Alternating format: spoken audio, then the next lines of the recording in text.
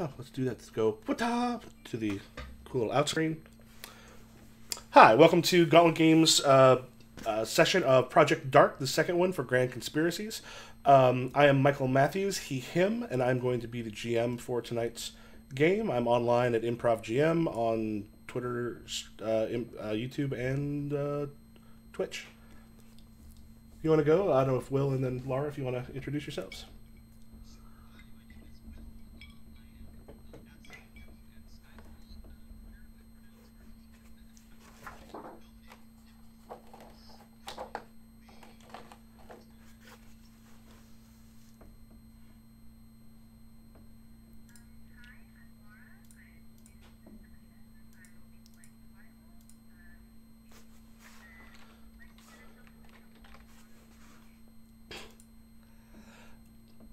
So, Will, do you want to give a recap so that Laura's aware of what happened last time? So.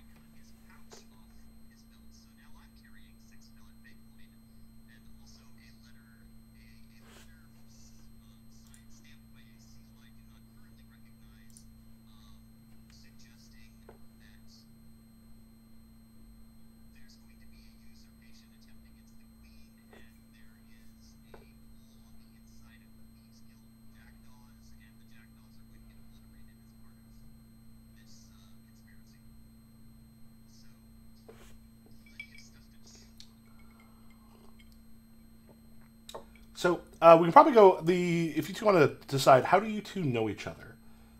Because we want Twylla and Dominik to be people who would trust one another.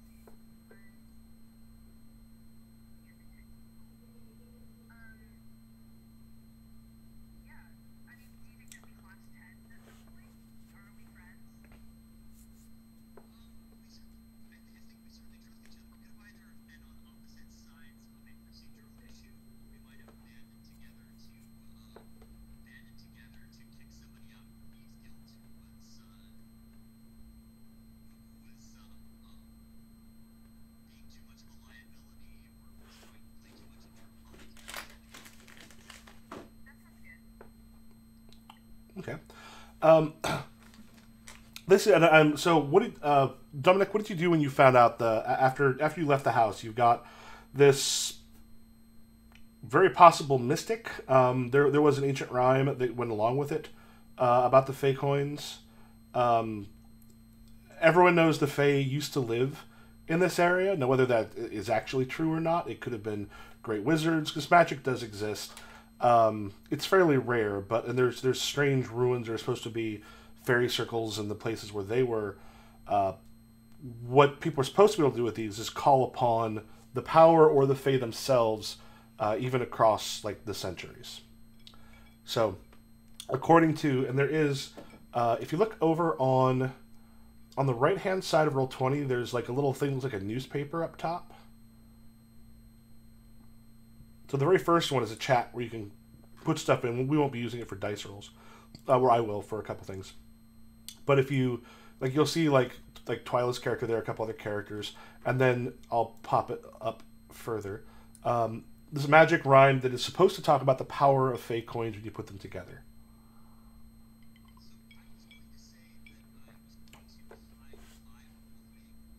Mm-hmm.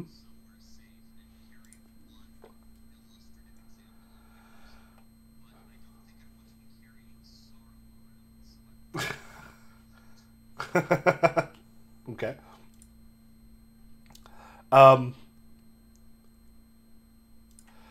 So have you also the letter? Let me pull that up.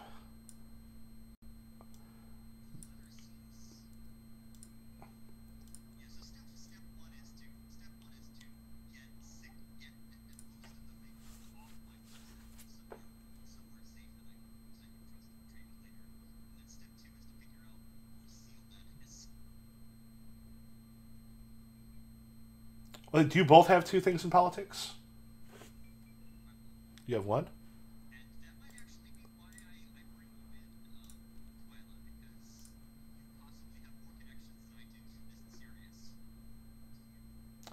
Yeah, yours is both education and experience. That flavors the fiction of it, but it means you've been involved. So, do you visit your friend Twylla?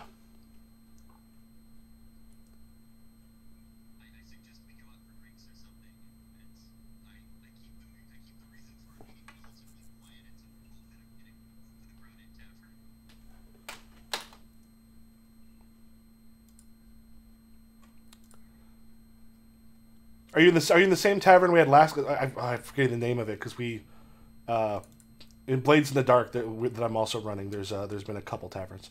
I don't think I wrote it down. You go that the same sort of bar frequented by Thieves Guild, or you go to a different one? Okay.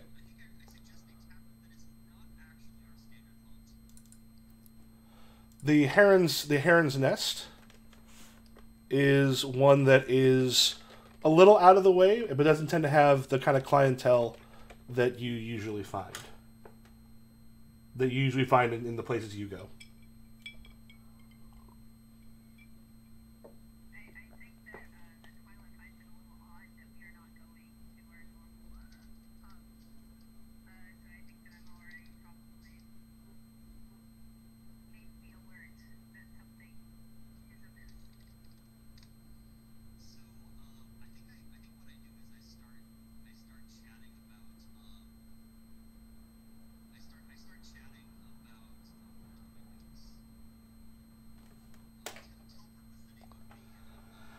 Yep.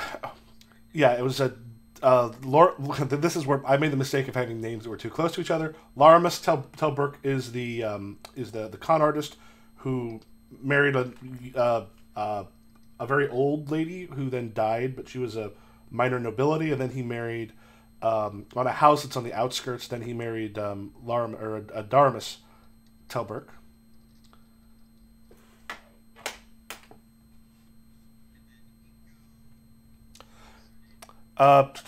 That was. Let me bring up my notes from. Whoops, not Ravenholme. Telberk. Ingo Hertzberg.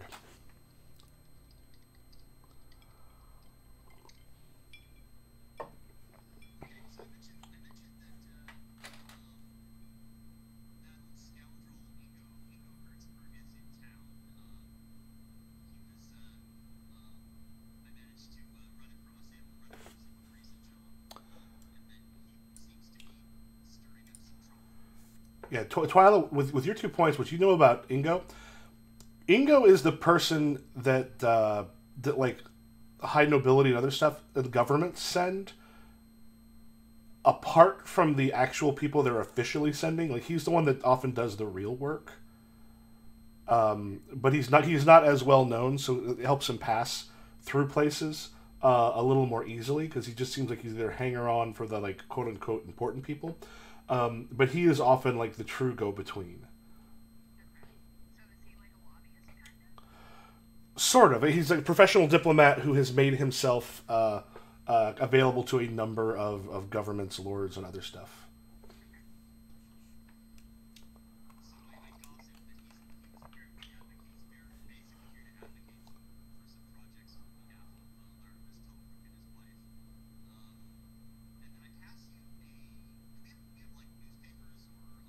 Yep.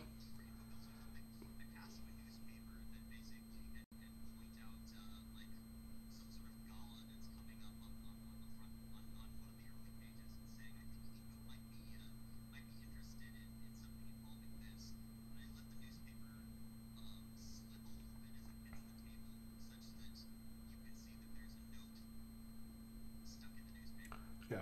You'd also notice quickly the gala was last night, the same night that he hit the thing.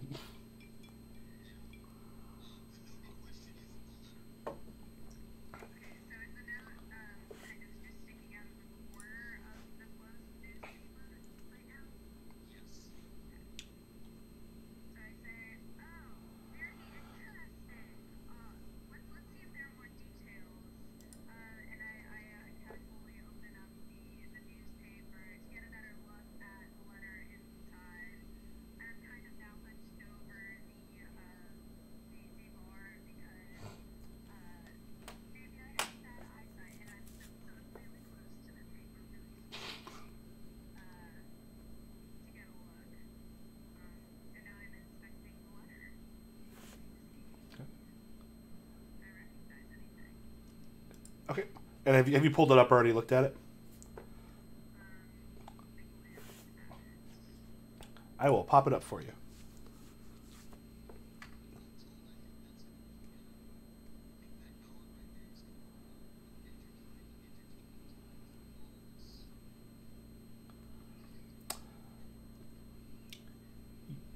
You let me know when you read it. Okay. You recognize the seal, and the seal itself is it's modified from what it used to be. It used to be a very sort of well known house, but a house that essentially has not been talked of in some time and has been banished. Now, part of the tree of life is kind of the tree of civilization is kind of the heart of the ancestral worship that is the main belief systems in this world. And one of the things is like a lot of the noble houses and even a lot of the lower social ones, they take on bird names. So a lot of them are set up that way. The ravens, however, have many years ago were essentially banished by the king and stricken from the records and passed away into obscurity. This is a minor house because like the houses themselves are actually a number of families that all like kind of band together, which was what Alarmus was trying to do. This is Ravenholme, and this is at what was one point a powerful family, one of the heads of the Raven family, of the Raven House, and they kept property like outside of the city in like some fairly like large palatial estates, but that family has, for the most part, they left the area at one point under fear for their very lives.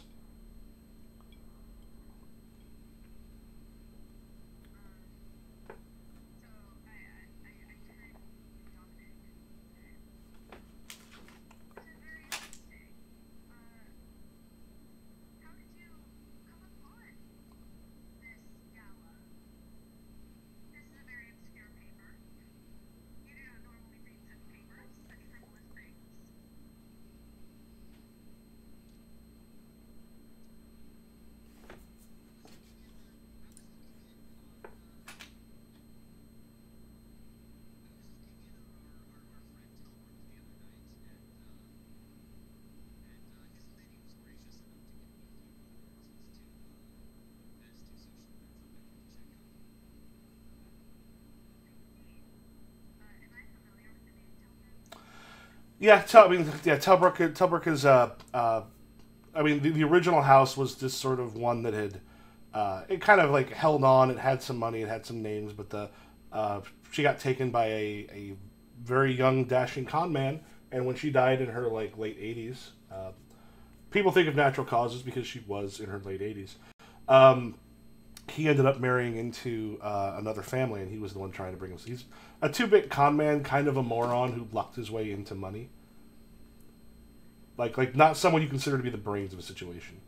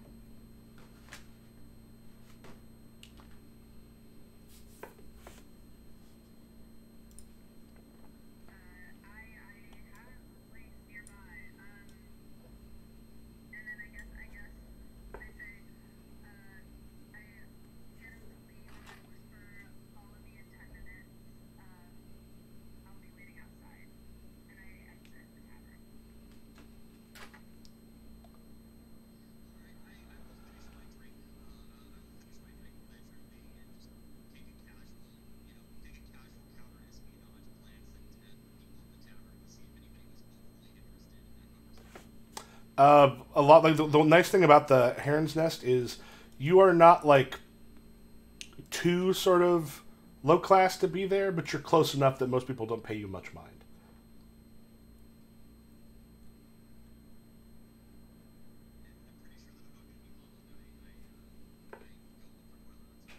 Okay.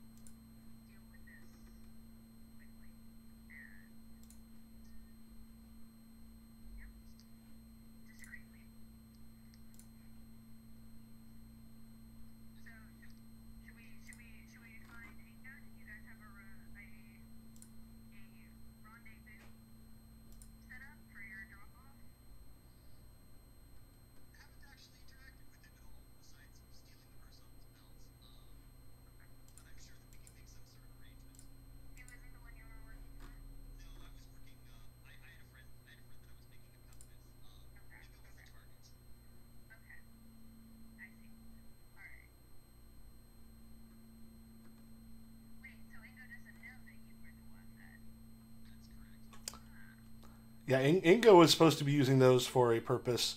I mean, one of the things that one of those eavesdrops last time they had mentioned that Darmus had headed out with a bunch of her guards out to an estate off of um, outside of the city.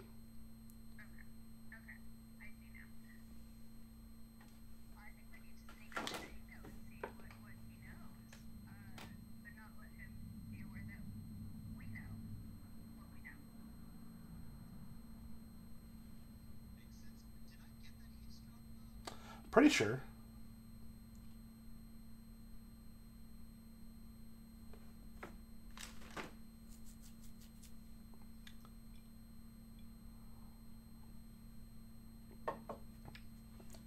Pretty sure.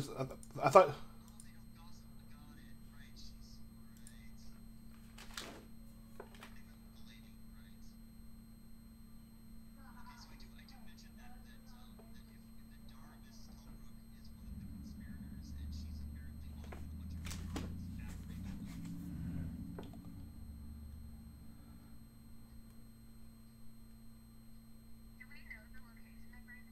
You're aware roughly. I mean, you haven't been out there, but you are aware roughly of where that is.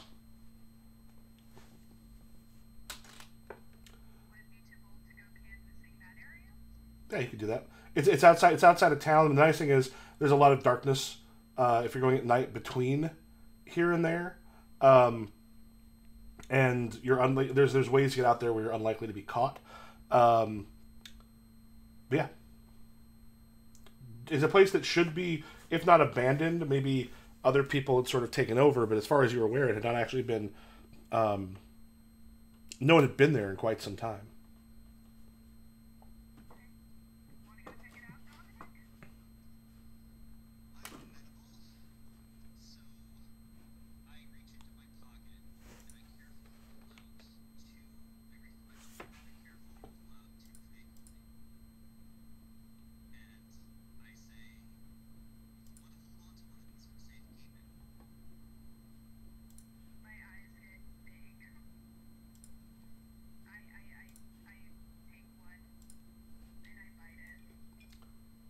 There's a there's like a little bit of like a tingle almost runs through you, and there's like a scent of like spring around the coin.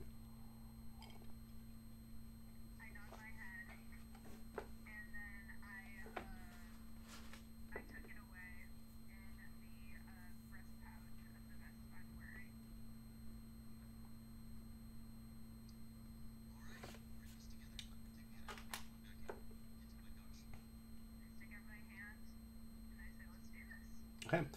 Uh, what we can do here is, if you're on your way out to check out Ravenholme, okay, we can do kind of a quick casing. That part of it would be stuff you may have heard or stuff before. If you want to use one of your skills, and like let me know like what kind of things you know, like the things that you might be hoping that you know or are able to check with a few people you know really quickly before you head out that way.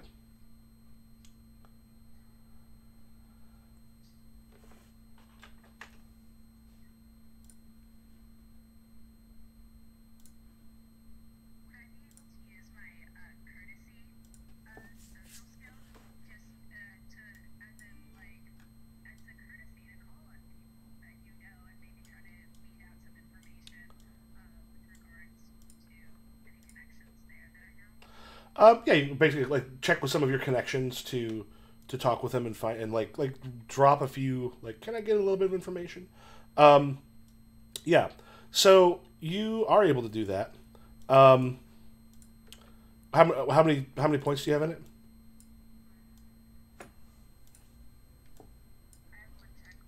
Okay, that's fine. Um, you know a few people to like check into to see like if they've heard anything, and one of the things that seems to be true, like there's some scuttlebutt uh, that uh,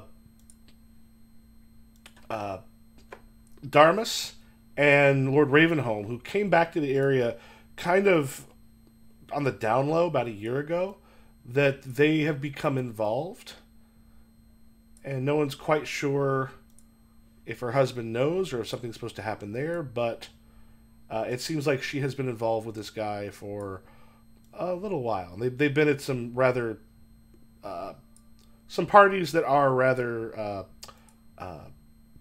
elite.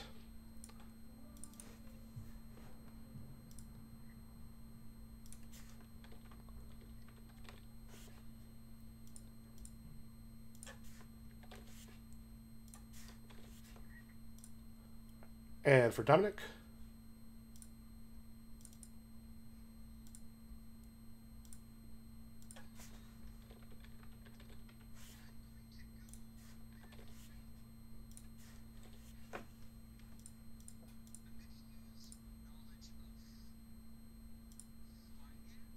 Mm-hmm.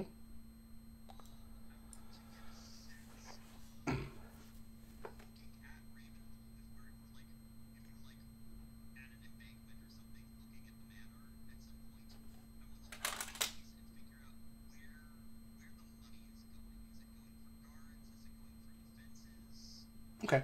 Well,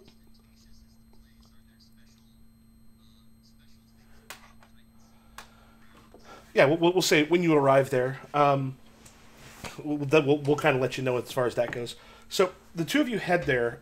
You go out through, like, out of the city and through the countryside for a little while. Are you going at night or during the day?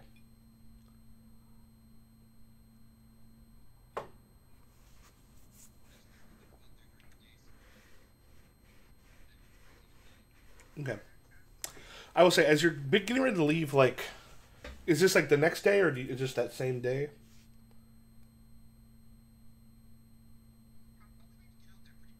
Okay. Yeah, on your way out, sort of the day as you're going through some of the parts of town where the Jackdaws in particular, which is not the only thieves guild, it's just the largest one in town. Uh, there are a ton of hawks, the uniform like mercenary guards as well as the city watch, like going into those places, like rooting out people. You see that there's been a few fires started, and these are in homes of some of the prominent ones who are loyal to Mara, who is the head of the Thieves Guild, head of the Jackdaws. It looks like whatever they were doing, they have moved their timetable up ahead.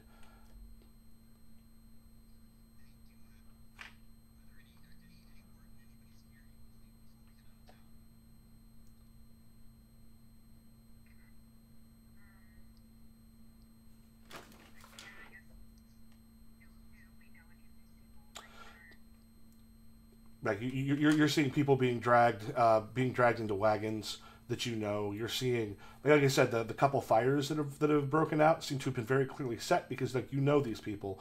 These are essentially Mara's sort of inner council. So I mean, someone who also knows these people and has enough force behind it has. It looks like they're doing some stuff with the Jackdaws now.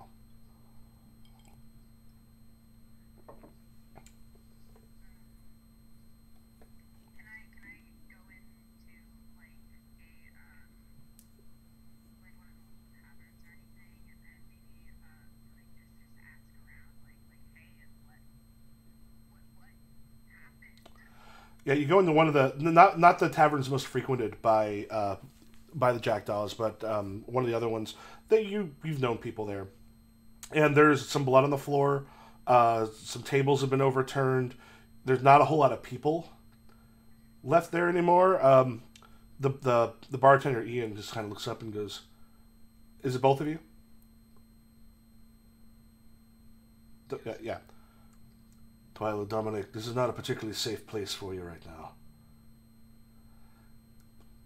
They were the city watch came in. They were looking for specific members of the Jackdaws. Took them, gathered them up, beat the crap out of them, threw them into their wagons to the jails. I hope it's better than what? Marstela? Oh, Mara. Yeah, he goes. I have no idea about Mara. I don't know her well, but all I know is a lot of thieves are heading out right now. Some of them have tried to fight back. It hasn't gone particularly well. The mercenaries they brought in, these are not just a few mercs who happen to be around. If part of an army was in town, this makes sense, but I have no idea what's going on.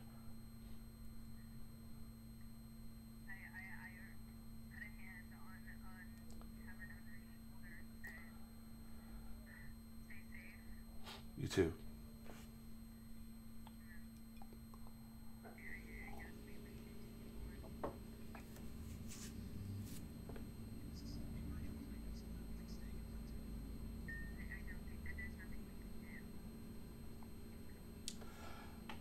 Okay.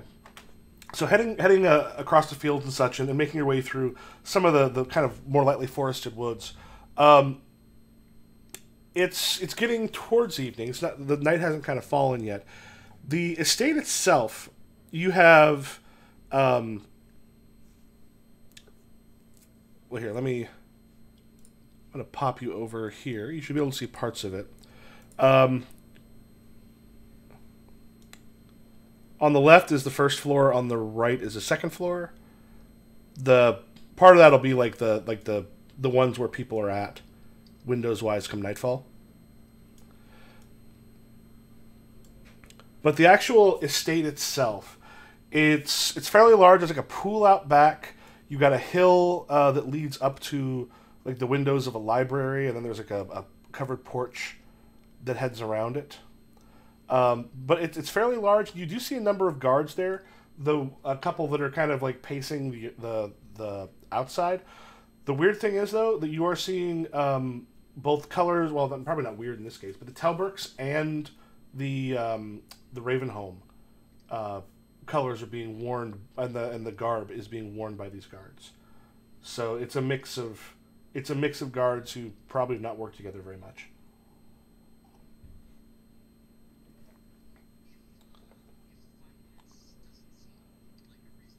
Oh,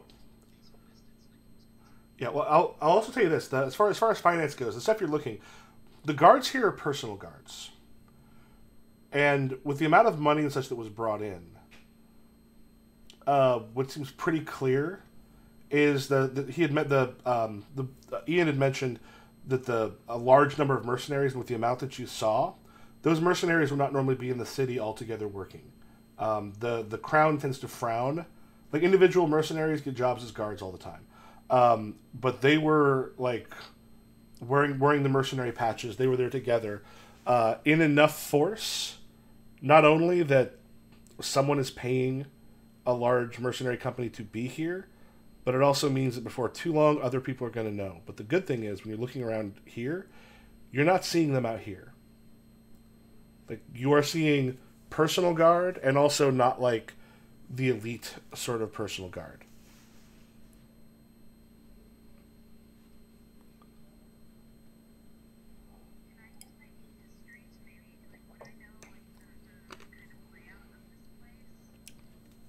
You won't know the exact layout, but what you do know, both of you have seen like houses like this before.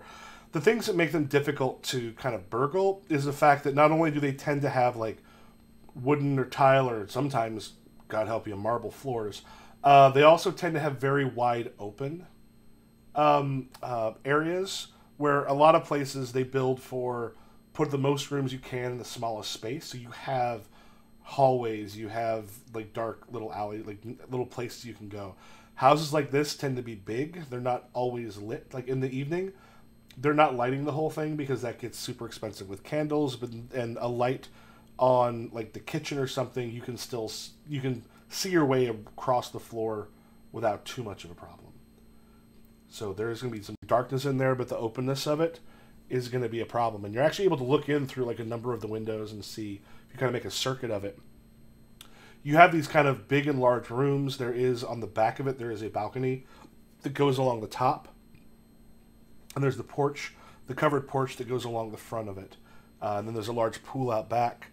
You can see through into a patio that's like an outdoor patio, and then like a living area behind that. Lots of windows.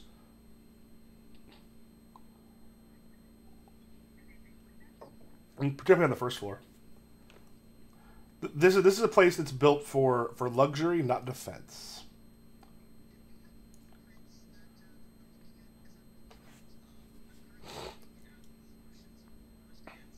Yeah. The ones that should be exposed should be. It'll be like the lights. Like you don't have actual big floor plans, so you can see little bits of it. Because I'm assuming the stuff that are exposed, you see probably a couple guards, a little bit into a couple of the rooms. Yeah.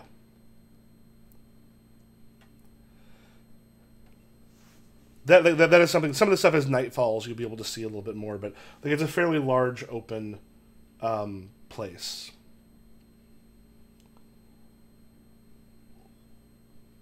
But you are seeing you're seeing what looks like the Lord and maybe Darmus Telberk, as well as a few others that are kind of coming and going. And there's like uh, a carriage that is making its way towards the house. That it appears that in that dining area, they're getting some stuff ready and seem a little bit alert as they go out to meet the people who are being dropped off.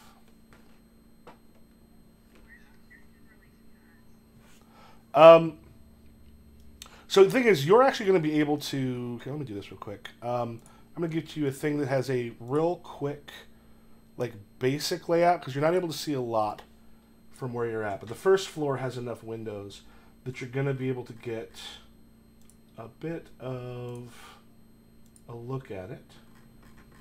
Let me pull up in maps. One. Oh, shoot. View.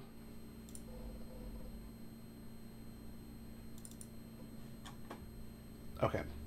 Yep, that's first floor. So I'm going to put a handout that will have the first floor that you'll be able to take a look at. And I will pop that up. And there's a little thing in the corner if you want to pop that out into its own window. So you can kind of resize it, and then if you click on it, it'll get bigger.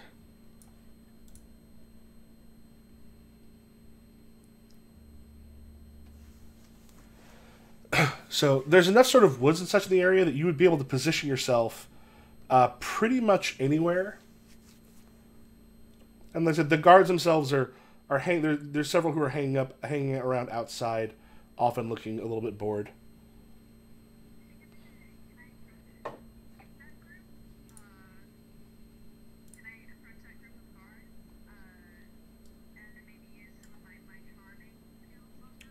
Okay. Yeah. Do you want to get like the one here maybe that's come a little further out from the rest? Yeah. He's sort of heading out and just kind of. This is clearly one of the Telberks. You'll see the colors and such, but he's also sort of checking out like the woods in the area and just sort of going through. Is it just you going towards him, or Dominik? Are you hanging back, or?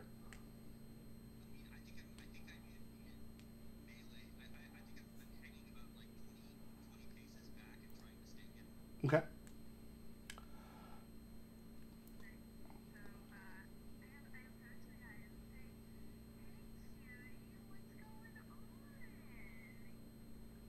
Takes a moment and just sort of like looks you over. Goes, you I don't remember meeting you when we came in. Do you work in the house?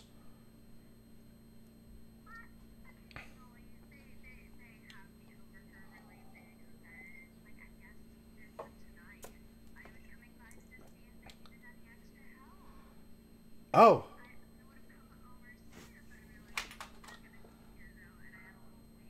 Oh, he kind of blushes a bit. He goes, "Oh, that's tonight's supposed to be real secret cloak and dagger stuff. Just that's why they hired me, and to make sure that nobody comes takes care of it. They even got rid of most of the servants are gone. Like his father's up there with his nurse. There's a few others that are there to cook, but the servants have been sent home. It's mostly just the guards now. I am one of Lady Telbrook's personal guard.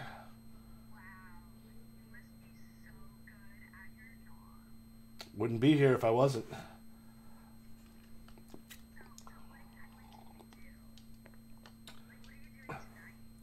Uh, well, we're supposed to be here too late. They've got, I, listen, there's some sort of witches or something supposed to be on their way. Like, that's, I mean, listen, wizards, witches, I don't know what they are that are supposed to be coming, but there's like a meeting of a couple important heads of state here this evening, meeting with them, and then this weirdness, and we had to set up some stuff in the game room at one point. It's, like I said, a lot of oddness there.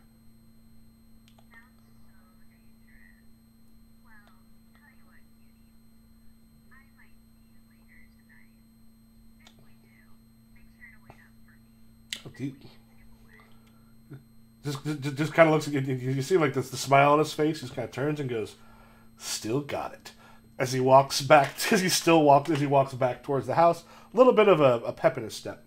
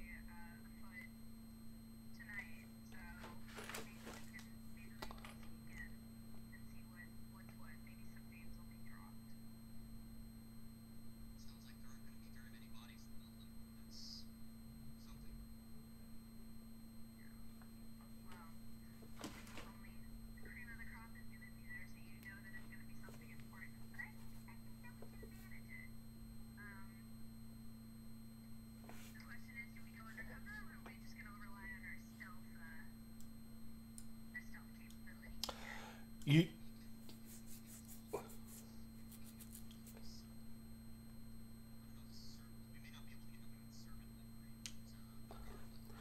the problem with guard livery here is going to be that they just brought their personal guards. Like I said, like basically you're seeing the people that normally don't have to be walking around the grounds too much of places. So they're it's a little bit lax discipline because they're not used to having to be like outside overnight. These are the people that accompany them places, so they're gonna know. Now they're not necessarily. If you happen to run into like somebody, they may think you might be the other person's guards.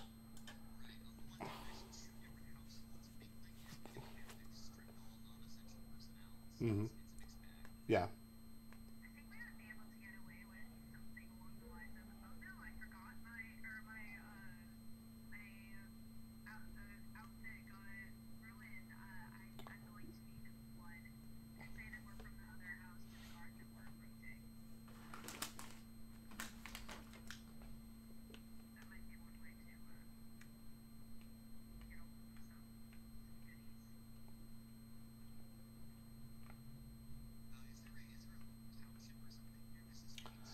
It's it's kind of far enough away that I mean you could go there, but it would take you probably about an hour or so to hit there.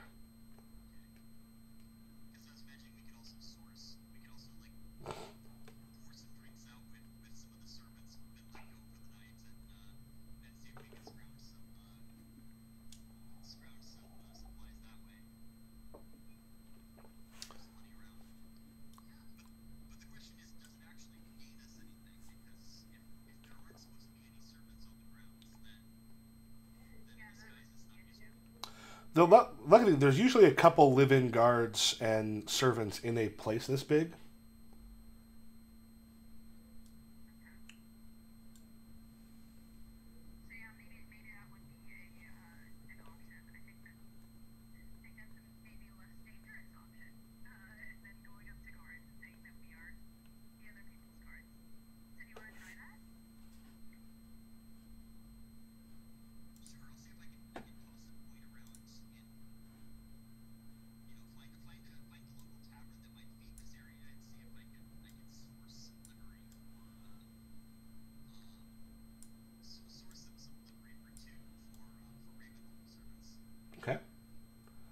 Um, yeah, so it'll like yeah. By the time you get back, it'll be kind of quite a bit later. But you do manage to find uh, some people who were not only were they given some time off, they look like they were given a bit of a bonus. Partly so that they would probably go out and drink, which means they're not necessarily coming back or doing whatever. You do find a group and asking around a little bit of some of the servants, this like the people that clean, a lot of them take care of the grounds, stuff like that, who are all out drinking together because they don't normally get time off together.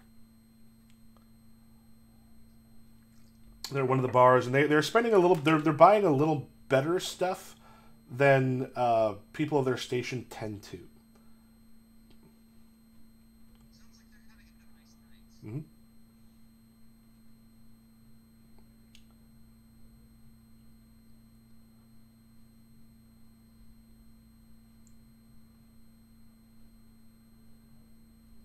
When it comes back, sorry.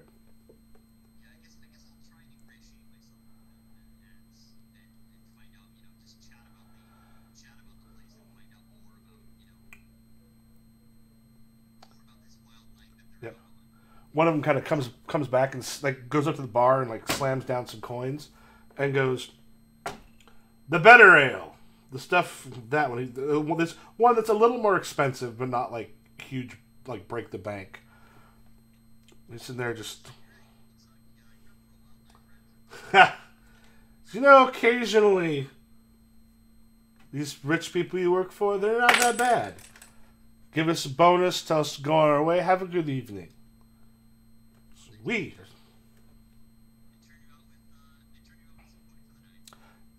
Gave a bunch of us a night off, said they're not going to need us, set us free. So, he kind of like motions to his friends over there. We are celebrating. Do you work for one of the houses near here?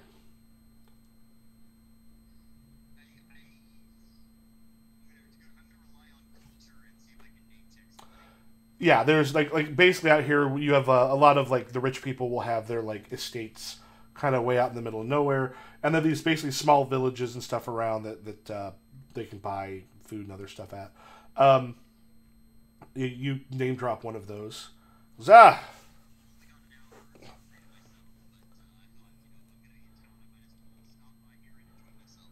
you know the old Raven estate? Yep. I lived on the way there, or still live on the way there, and many years nobody was there. But then suddenly, about a year ago, bunch of carts make their way through, set up. I asked some people to get a job, and I am working with. Okay, this is by goes. Those who are considered dangerous people by a king a few kings back.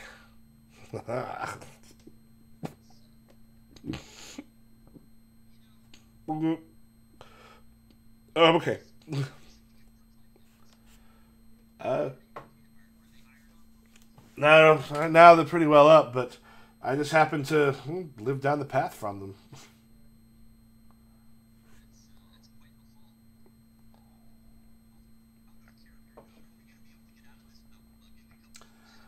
Well, as you mentioned, living down it probably like you have a feeling it's not going to be hard to find out where he lives, and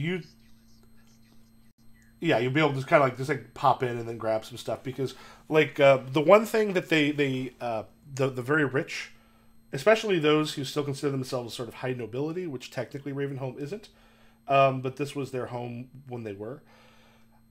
They want their servants to always look like freshly pressed and everything's put together, so they often have numerous like outfits for various things.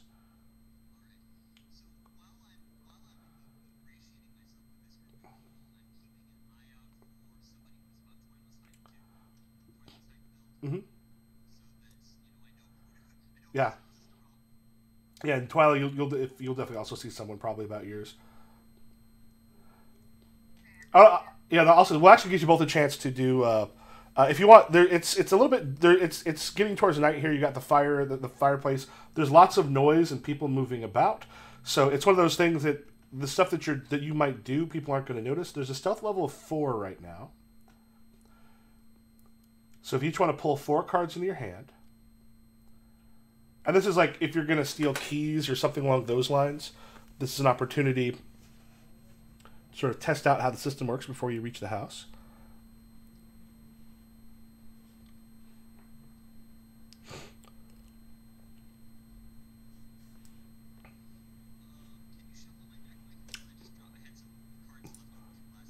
Certainly.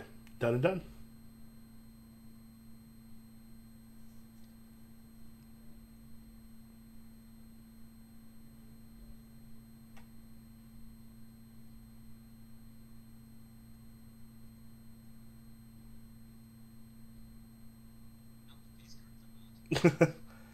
Well, the thing is that they're also drunk, and their awareness isn't going to be. So if you're going after keys and such, I can kind of tell you. Like, this is one where you know how these are enough that you're going to know what it takes. They're going to have about a 2 alertness right now because they're not at all... They're drunk. Actually, let me just double check, make sure that's the right... Because it's 2 or it might even be 1. Yeah, 2 alertness. And then your standard... as far as guile is another 2 for the servants. So you're looking at, like... If you're stealing or doing something like that, if you don't want them to notice, it's just a 4. Is going to be your normal, and you've done this long enough that you know these people are not like hugely aware of what's going on, and then in the best of times, so they're not hard to sort of take from. So I guess I'm not going to pay for their drinks because they're paying for their drinks, and that's the whole point. Mm-hmm.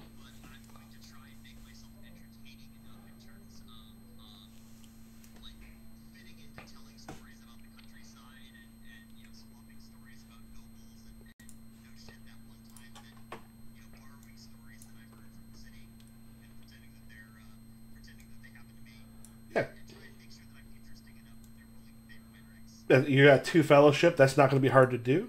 Twylla, what are you doing while this is going on?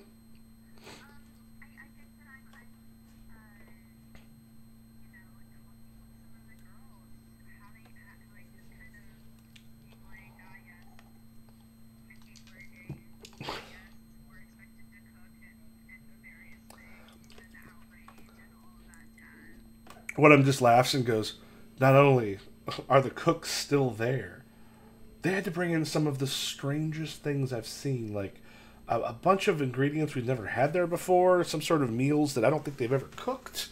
They were cussing up a storm about it last night." And she starts rattling off a couple things, and let me take a look at your stuff. What you're getting, it's because you got, what's your culture? Those 2? Yeah. Some of the stuff it has,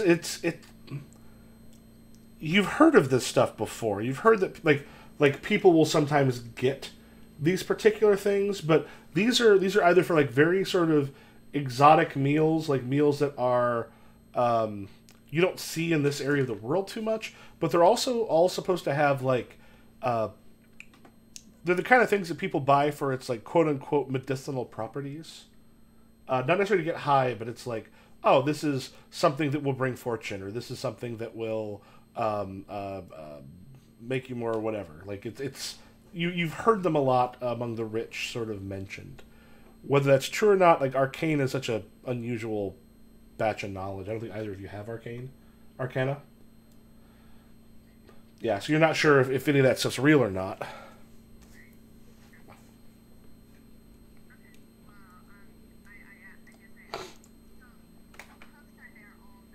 Yeah.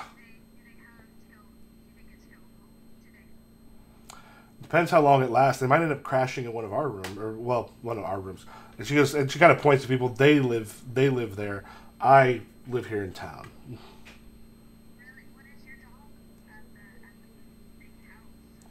I keep the library. I do cleaning and such here and there. My big thing is essentially, well, I mostly got hired because Lady Telbrook was showing up more and more often, and I would sort of add like a hand lady to her when they were being a little more formal, and then often off to the library or something when they wanted their alone time. Mm-hmm. Oh, that no. Live a couple doors down, but it's not. The walk isn't too bad. It's several of us will go sometimes to grab a cart. They'll come through and grab up a few of the people who work there and take us there. We go right by Torrin's house and points at the guy that Dominik had talked to.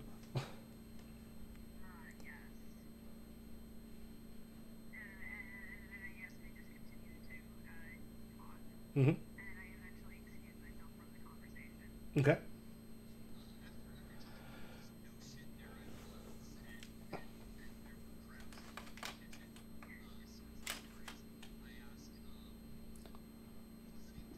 Mm-hmm.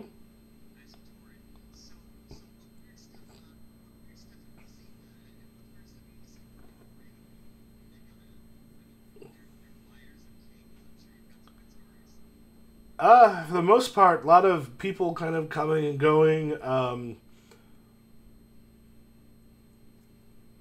Just some weirdness lately. They've been not very secretive of late. We don't entirely know what's happening, but occasionally they'll have the house.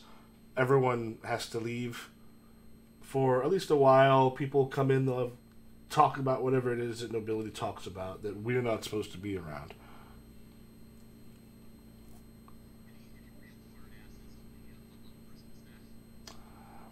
Ah, most of the guards are fairly cool. The head of the kitchen's a pain in the ass. I will say this though, the nurse for uh, Tillman, the father is barely hanging on. I swear that she's milking that entire family for a ton of money. A little bit recently, though he seems to have been a little more together recently. Didn't seem like a bad guy. It reminded me of a grandfather I had that became a touch soft in the head towards the end of his life.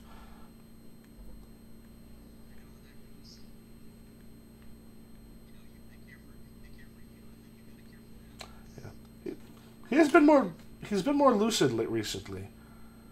Some sort of a woman has come and dealt with him on occasion, mixed some herbs and some other stuff. It seems to have given a bit of strength, so maybe it's working.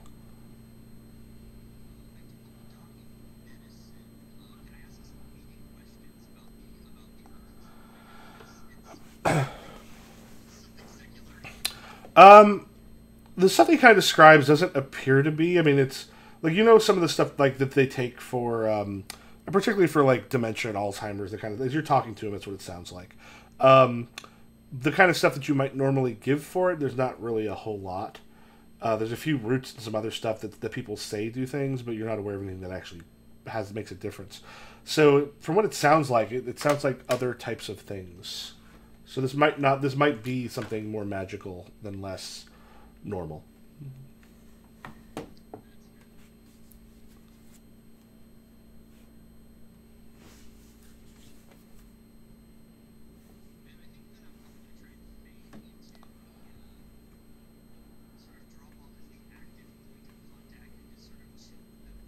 Mm-hmm.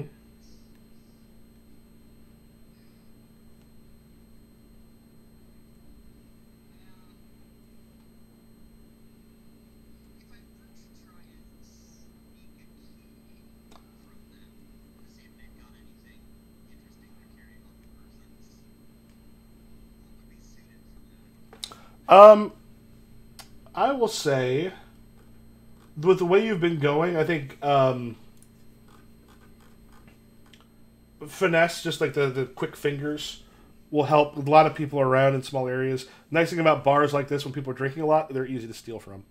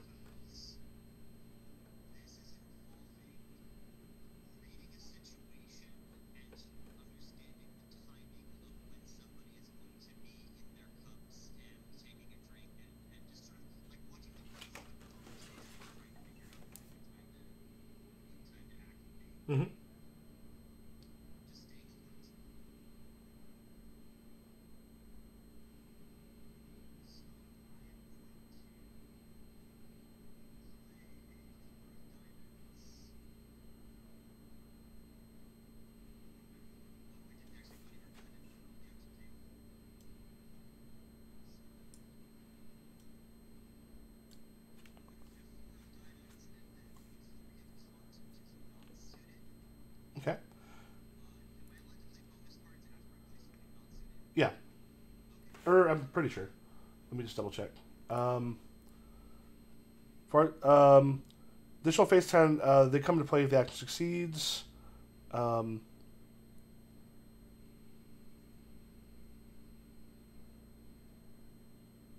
Yeah, it's additional is on top of what you play. So yeah, you can play other ones face down. Okay, so I'm no longer allowed to play face-up cards once I play something Yep. unsuited, but I can still cut those. Mm-hmm. Okay, so I'm gonna play minus one suspicion on the play. Okay. So basically, you'd have one suspicion, which they're not going to notice. You just like key, and maybe do you want to take a little bit of coin? Why not? Yeah, a little bit kind of makes its way into your pocket while this is going on.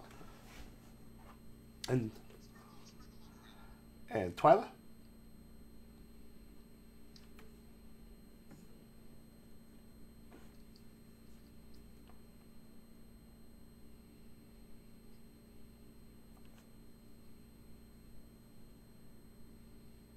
Oh, you're muted.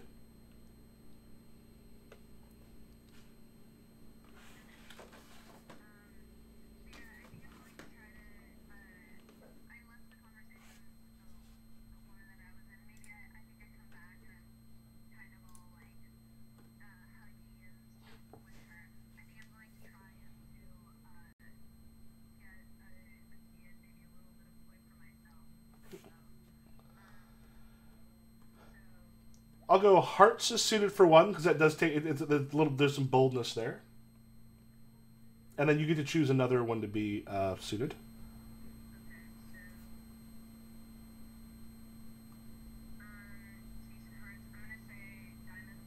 Okay.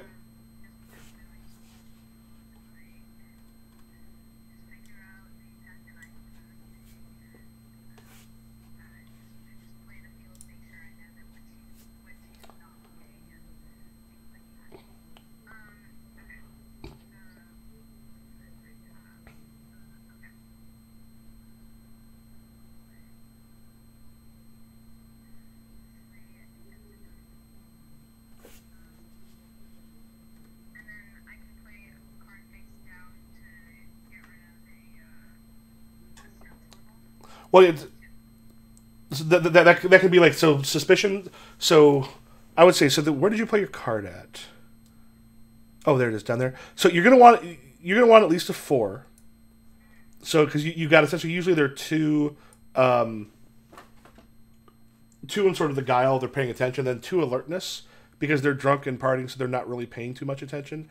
So you want at least a 4, and as long as you play suited, you can then play another card. And then you can play cards face down, and that can do things like you can take away suspicion, which means like a 2 suspicion, you're probably fine with the guards. It can also be in like combat, it can be extra damage dealt or less damage taken. To distract someone can take a little bit longer. They can be distracted for a little bit longer. If you're picking locks, it can one more tumbler picked, questions answered, lies believed, anything like that.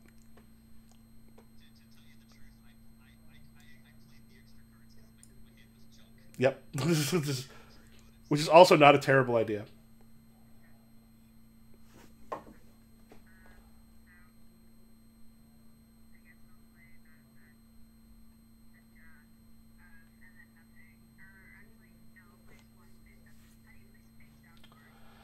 I think you just hit F to flip it. Or you right click and...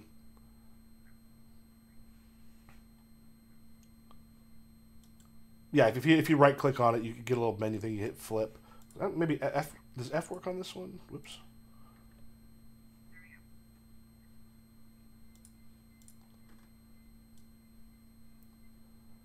Okay, so yeah, you got an 8. And by the way, does your Jack have any special? We'll have something. I don't know. I don't know if I don't.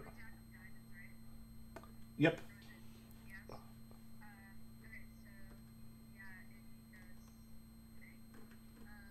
Oh, Jack.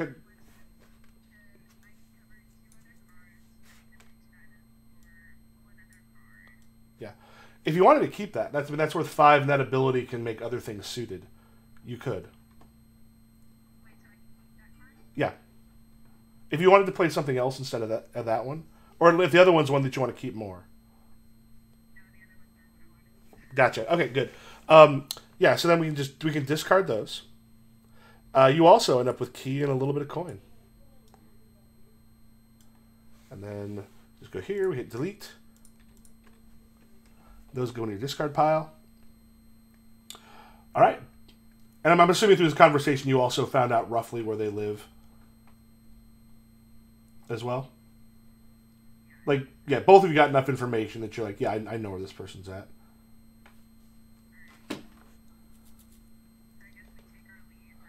Mm-hmm. And do you stop by their places on the way to the back to the manor? All right, quick go through. What you want to do is first pull up to 6 cards, so you have 6 cards in your hand, and if you want, you can put some stuff into disguise. And I'll let you take the cards, and then I'll explain what disguise does. Oh, let me.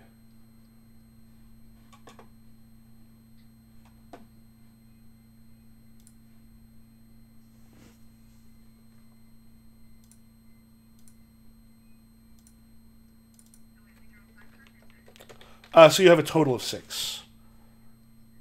So this will be you'll have some places where you can hit like no one's watching, like you're in the house, their homes, you're able to put on the stuff. You should not have. I hit shuffle.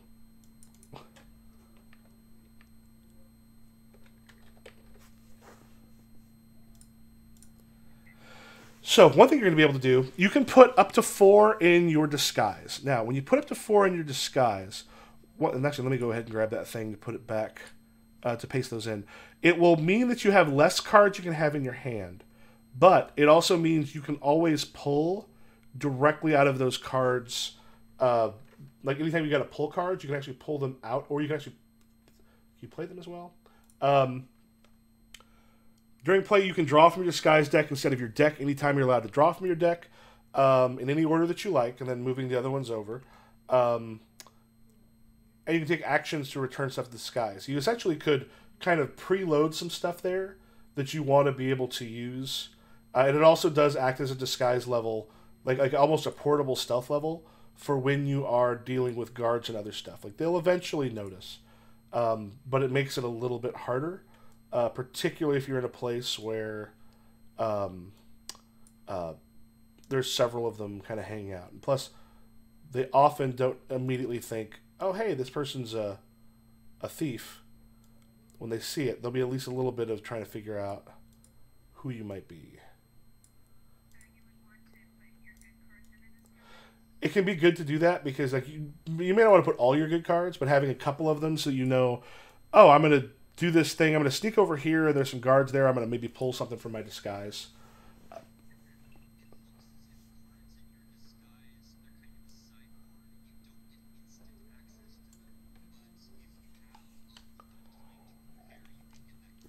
Yeah. And it can also be a place to put sort of junk cards if you're just like, I'm not going to pull from them, but I'm going to use them as a portable stealth level. Because anytime you're sneaking through a place, you have a choice. You can either play cards against what the alertness and usually the like the hearts, depending on the circumstances, hearts or guile of them, usually hearts. Or you can go, I'm just going to trust the stealth level to keep me going, and then I roll a d6. And if it's equal to the stealth level, then they've seen something, they don't know what it is. If it's above the stealth level, they've seen you. Which last time, there was a servant that got very close to finding Dominik. Because like, I kept rolling, like, it was like a 6. Like, when you went downstairs in the basement, it was like a 6, and I just rolled a 6, so she's just like, what is down there? So if you'll notice, I put your name on in between those. There's a thing where you can put wounds and a thing where you can put the disguise. So, if you see me, the little blue ping.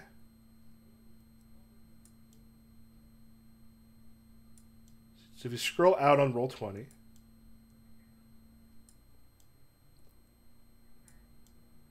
and here,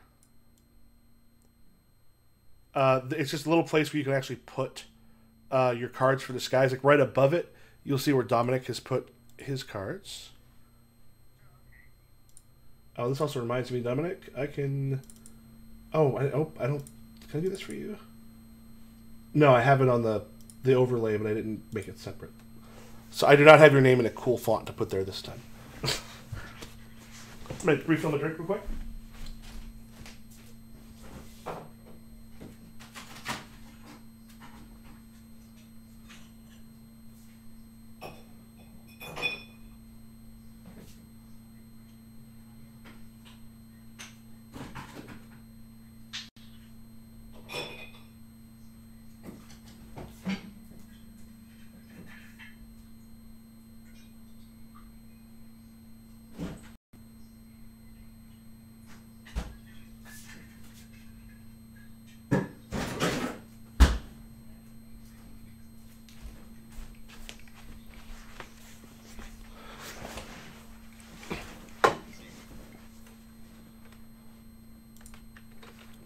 And that's one, if you're at a distance, they're not going to necessarily notice immediately.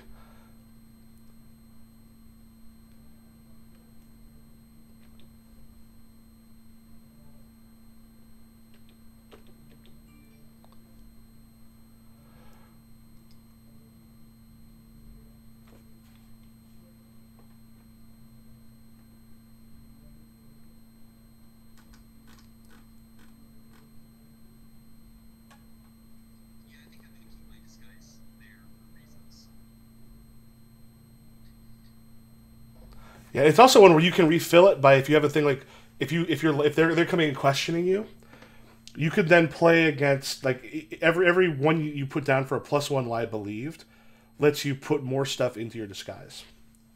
So that's how you're able to refill it essentially.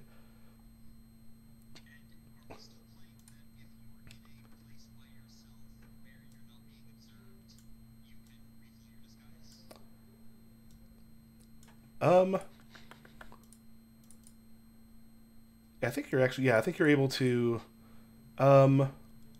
impromptu disguise, general, hard to change a disguise on the fly. Let me double check.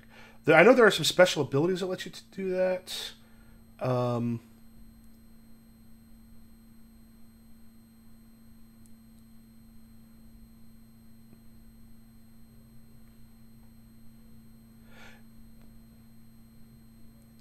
Yeah, I think sometimes what you'd want to do is if you've got a place where you can, yeah, I think that makes some sense. For our purposes, we'll do that. I think I think the +1 lie believed means you can do it on the fly while if you're talking with someone. Like, oh no, I'm here for blah blah blah.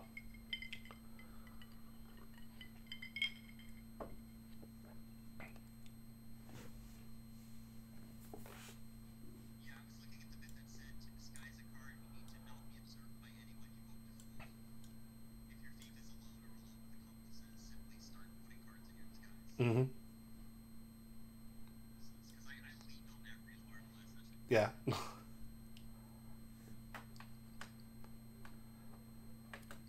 Okay. Where do you want to approach the house from? You've got like the back, the front, the sides. As you can see now, is when you get back there, like there's the lights burning in each of those windows. You can kind of see a couple things up top where there's some lights coming through. There's ones on the front, the bottom floor as well.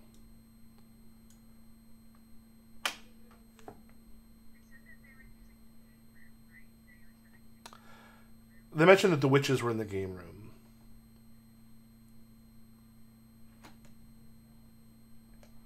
And the game room is over here, that top right on the left-hand side's first floor and the right-hand side is the second.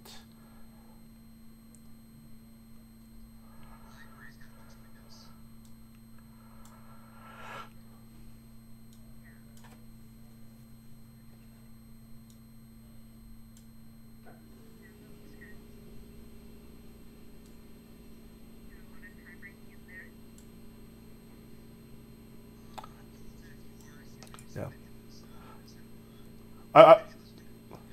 Are you able to see that there is a guard hanging out in the library?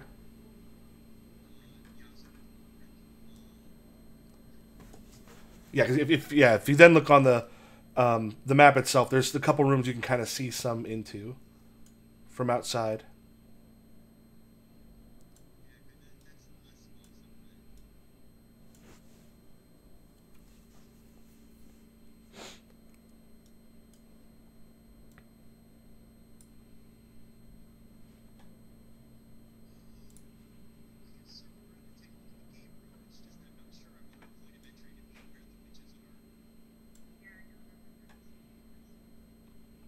There also be some recon if you're in that area, like on the other side of the hill, it gives you some chance for some recon.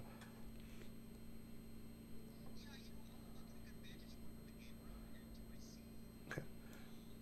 Are you, okay. And Twyla, you're with him? Okay. Yeah, as you look in, you can see a couple. Oh, whoops. Let me. There. Um, yeah, there's two women that are on these like kind of like large couches. They're in there and they're seated and they're talking.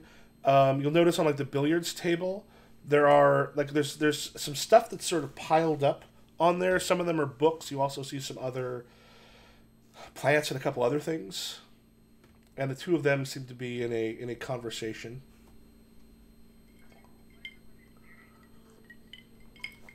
Well, they're wearing it's the kind of stuff that like, you've known like charlatan witches and stuff who are trying to like sell bullshit to people. They're kind of dressed the way those people pretend to dress. This is the real thing. Is you're sort of looking culturally. Neither of them are from kind of from this area, this country. Now, in particular, there's a lot of different magics with the descendants who are the church essentially because it's ancestor worship has come down on a lot of different types of magic. So magic that is more common in other parts of the world and less common here. So yeah, as you see them, they're the clothes stuff they're wearing are not of the city of the Saturnine or this particular country.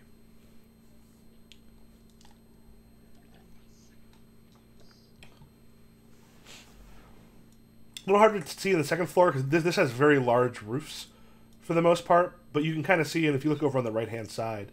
There's the master bedroom, which you're able to see in, and there's a guard who's just kind of like dully pacing and just sort of looking out over the yard, fairly bored. Mm-hmm.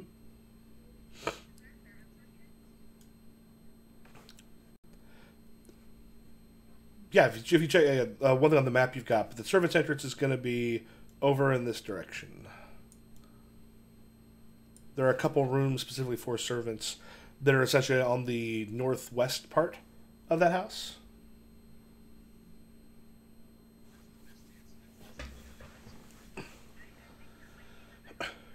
All right. So go ahead and make sure that you have 5 cards in your hand. If you want, you can move your tokens. Kind of over here by where the pool is. There is a guard, and when you drop it, you'll get a little bit more light should show up.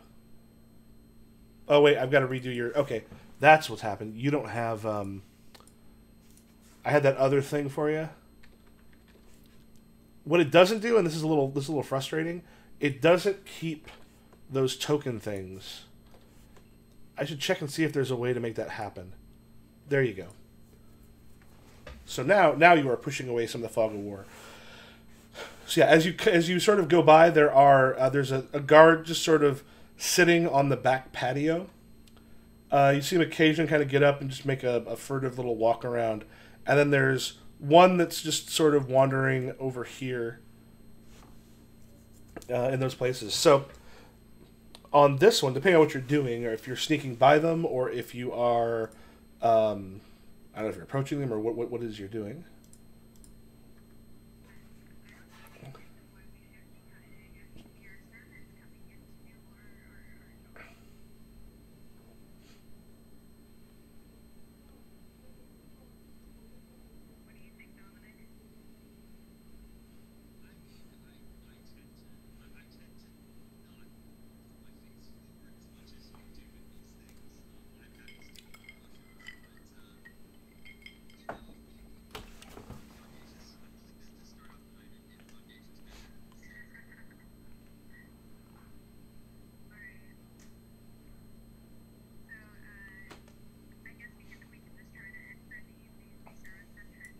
Okay. So do you say anything to this guard, or are you actively trying to seem like you're coming back, or are you just letting the stealth level of your disguises see you through?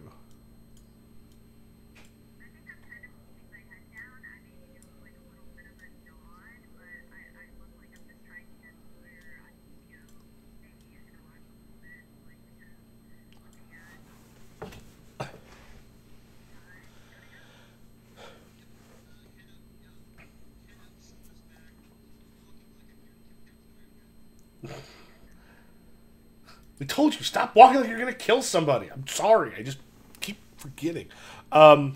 Yeah, so on your way there, you kind of know guards. He's distracted. I mean, he's sort of out in the dark, not paying that much attention. So his alertness level is going to be about a 3. And usually with guards like this is not one of like the really sort of amazing guards, but someone who is a professional. So you're usually looking at about a 4, or I'm sorry, about a 3 as far as their mettle goes. Like, kind of sticking to the job and doing what they're supposed to do. So you're probably looking at about a 6 to sneak past him.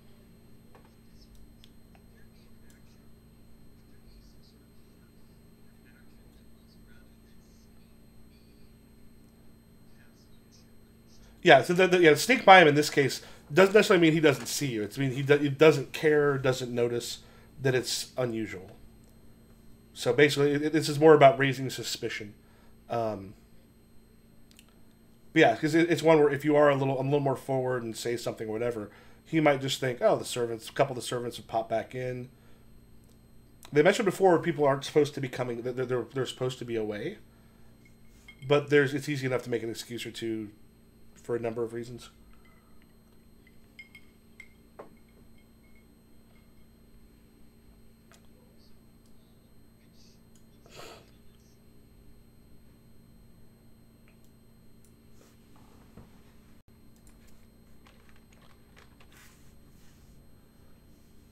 Is one of you doing something to kind of assuage the guard more?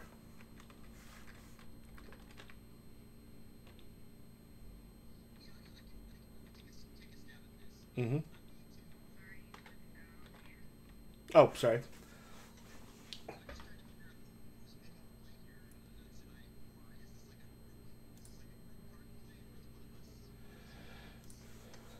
I could say if one of you kind of, I mean, sort of the one acknowledging him or whatever, just kind of like, or however you want to do it. I can see one person doing that. Otherwise, the 2 people rushing in.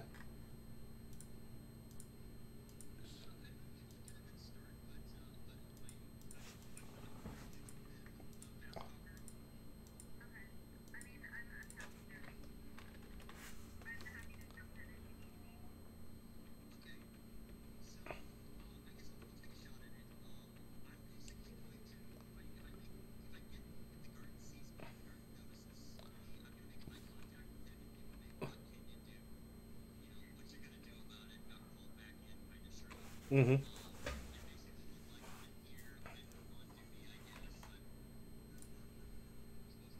Okay. I will say for that, why don't we go with some hearts? It's a metal that's sort of you're just popping in and being bold about it.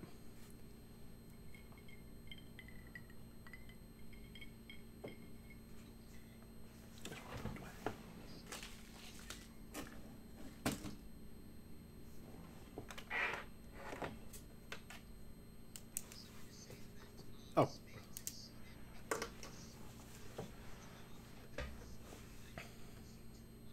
Yep. Okay.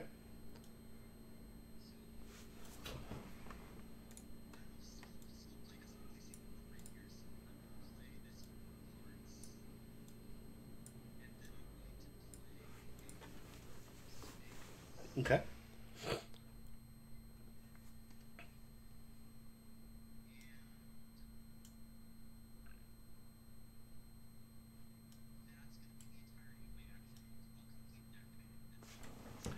That's yeah. He kind of just gives a bit of a smile as the 2 of you are heading through, and just kind of gives a sigh as he kind of goes back along his deal. And if you want to move yourself into that hallway,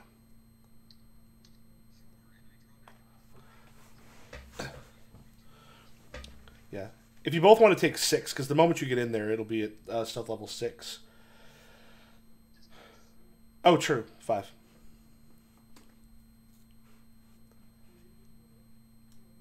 So yeah, as you pop in, there is a guard who's sort of just walking uh, down the hallway away from you.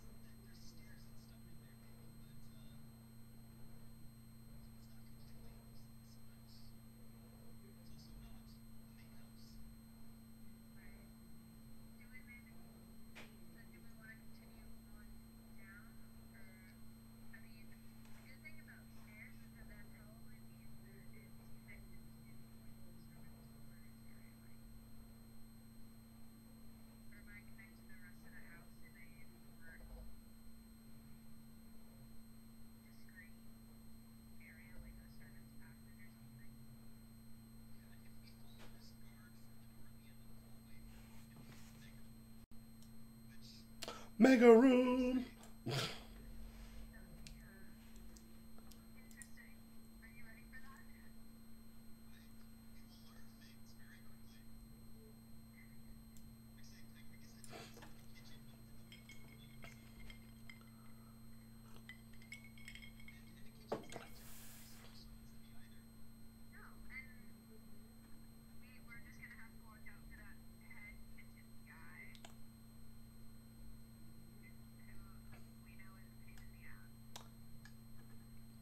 And you do see the kitchen itself. There is some light coming from there, but not a ton.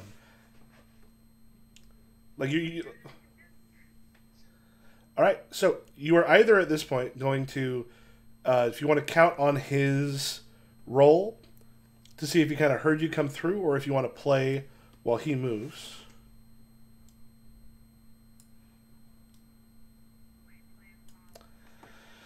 Yeah, so either count on me making a roll to see if he happens to beat your stealth levels, which is 5 right now.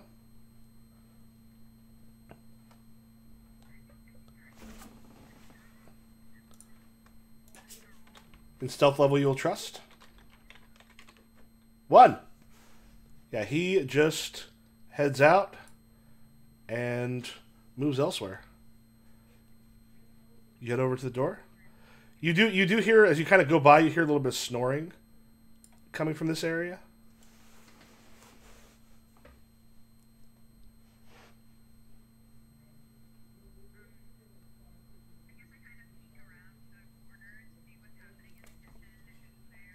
Yeah, so the kitchen itself right now, nobody's in. And it looks like there's like some fires kind of going in a couple of the ovens and stuff. Looks like maybe some bread and some other stuff is baking. But it looks like whatever's happened here, the cleanup has already happened.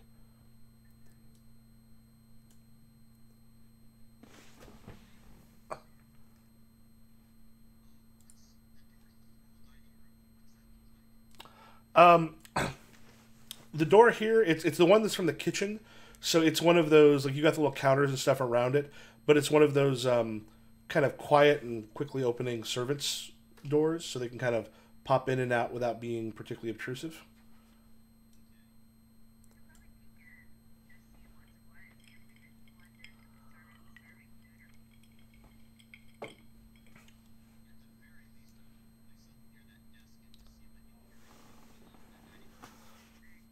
All right, if you head into the kitchen, go ahead and remove 1 card from your hands. Don't hit delete. I might just put it face down somewhere where you're going to see it, because that's the first one you'll draw back in. As you come into the kitchen, and you head up towards the dining room.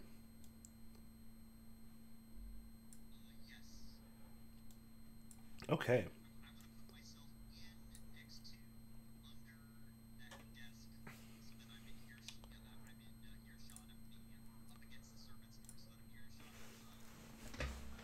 You should have just had a thing pop up on your screens. Okay, so this is an eavesdrop. What happens is each of us can take a character, and we're going to hear the conversation happening in the other room. There's Lamar Kingfisher, Daramus Telberk, Liang Ibis, and Hans Ravenholme.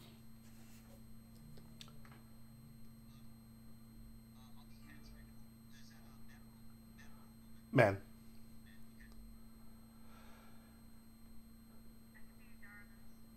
Okay. Oh yeah, I'll take Lamar and Liang. This is how revolutions fall, Hans. The Queen is the only answer here. Her spymaster knows.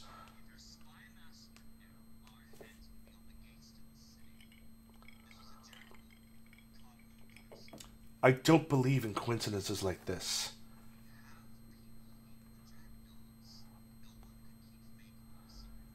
Why didn't you bring it here? Not hidden enough.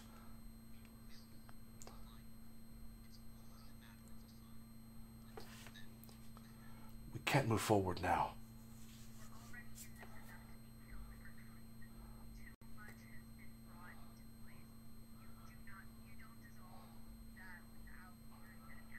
You do if everyone's dead.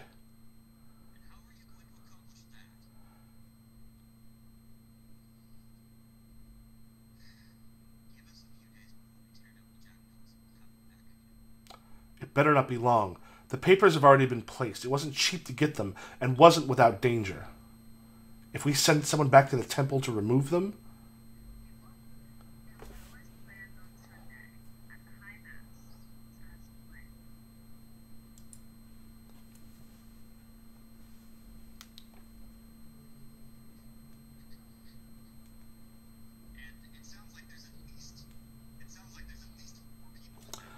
Yep. If you kind of peek through the thing, you see there's a few there's like two like servants. These must be probably not your regular ones, but like advisors or something that you also see kind of standing back in the room. But yeah, the four people around the table are the ones you're hearing.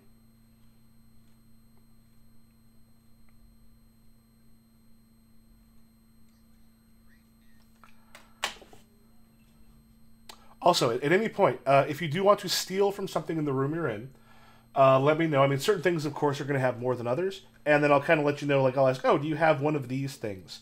And then I'll let you know, like, oh, yeah, there's stuff worth a bunch here or whatever. The more cards you play, the more spaces it takes up in your pouches. But that's how you make money that then you can put into, becomes XP, essentially.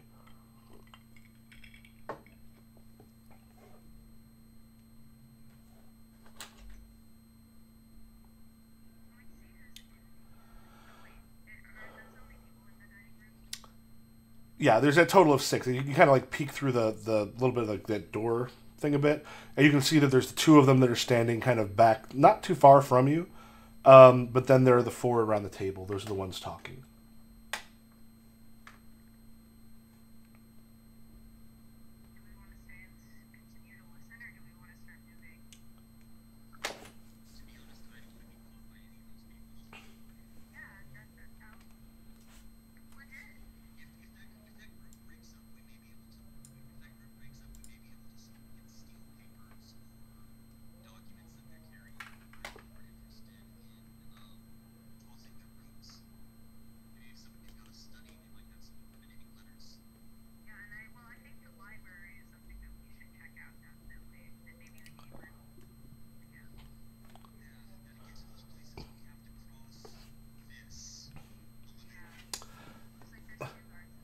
There's a 3 stealth level in the living room.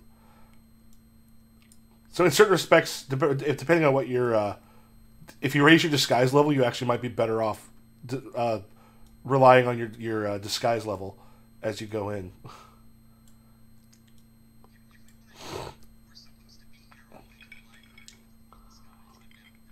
All right, so you taking a moment while no one's watching, if you want to put some more stuff into your hands. Yeah, the kitchen, the stealth level is 4, but it looks like Twylla, you kind of stay back in that hallway, so you're at 6.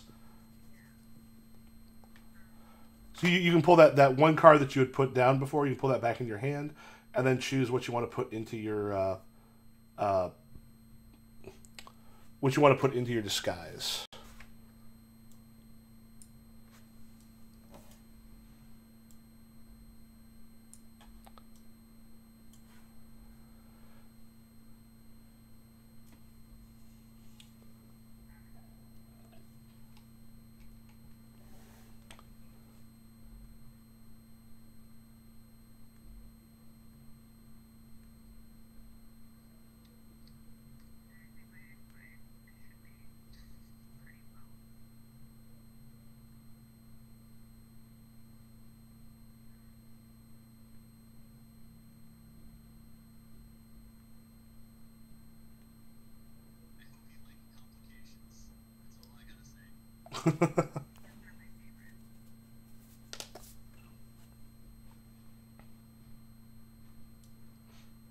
Pulled your jokers?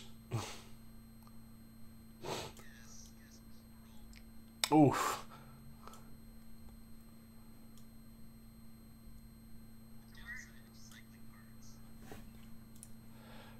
Alright, so are you heading to the library and hoping these 2 guards don't really pay attention? Alright. So, you will have 4 in your disguise? Or 5 in your disguise? Or 4, yeah, 4 is the max? Alright. So you're heading straight into this doorway? Or I guess if let me just move you here so you can see better.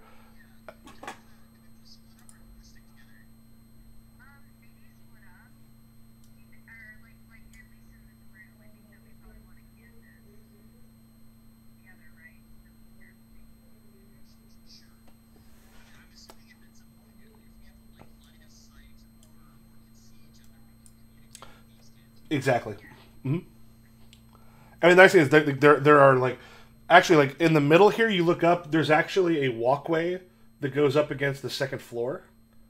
That looks down onto this one. So you can actually see like a guard just sort of lazily walking like across a like a hallway that faces out towards just that big open space.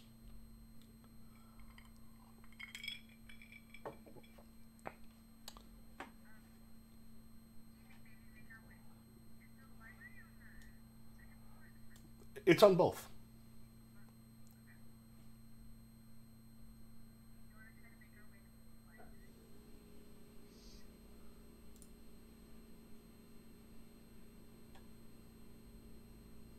Okay, so you head to the library.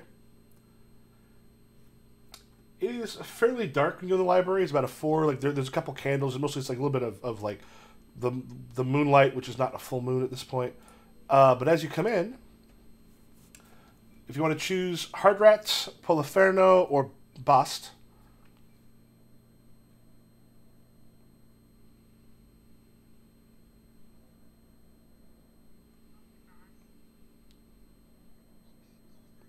I'll be Hardrat. I'll be Hardrat. Is it soft?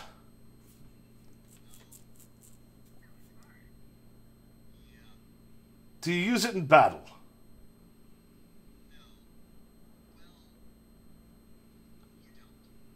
But someone does.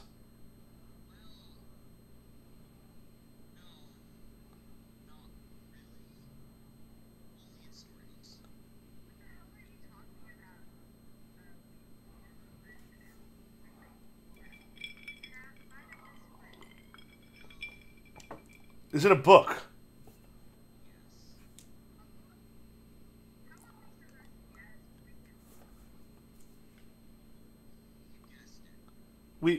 What?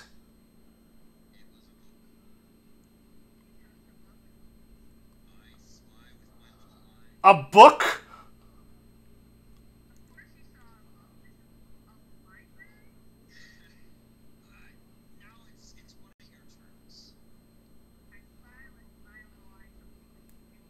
God helps us if you're with us we go after the queen.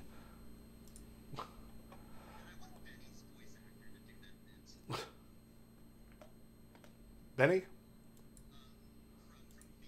Oh. He's the guy who sounds like that. Wait. Oh. Wait, what? It's not letting me grab. Just a moment. Oh, there we go. Okay. Alright, so there's also, what I'm going to do here is, I'm going to teleport one of you a little bit, just so you can kind of see what's on the upper story. So as you go in, I will pop you here.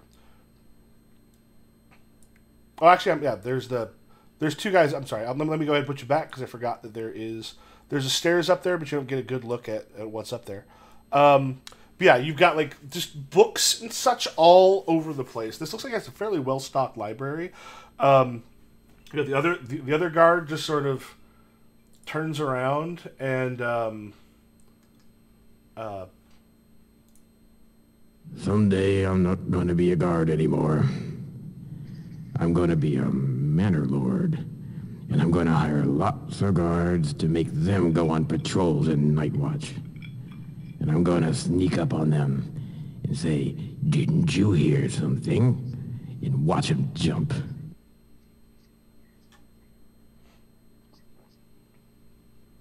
and he's just sort of looking out the window and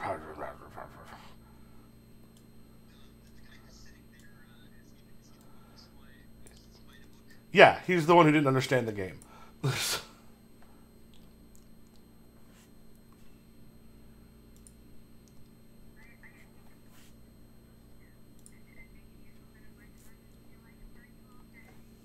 Yeah, and again, not the brightest of guys. Oh, I'm not bad. You know, just hanging out bored. Are you one of the cooks? Yes, I am. I had a bit of a break, so I'm wondering if Okay. Do you want me to make a roll against your disguise to see if he's at all suspicious? Or do you want to play? You want to play cards for that? pretty good, right? The what? My disguise is pretty good, right? Like, I'm pretty sure. Yeah, you got a 4 stealth level there. This guy is also clearly not the brightest, so he's clearly a little dumb and very bored and distracted. Yeah, I think I'll take my chances. Okay. Yes. He goes, I was gonna grab something out of the pantry, but I didn't know if I don't know if Lord Ravenholme's the kind of guy that gets angry about that stuff. Seems to be the kind of guy that gets mad at things at one point and then doesn't get mad at other points. You probably would get away with it tonight. He seems to be under a lot of stress. Oh, you think? Yeah, probably.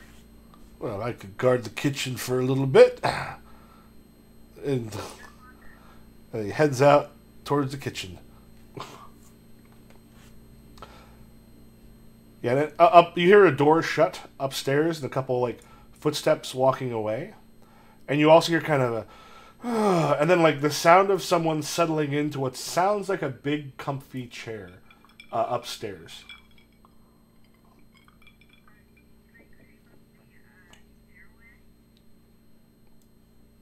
Yeah, let's kind of put you. Yeah, I'm gonna move you a little bit just because you can kind of see him, even though the wall is sort of up. If you look over on that right hand side, even though the wall is kind of up, he's just sort of sat back in the thing and kind of got his feet out, and it's just sort of relaxing.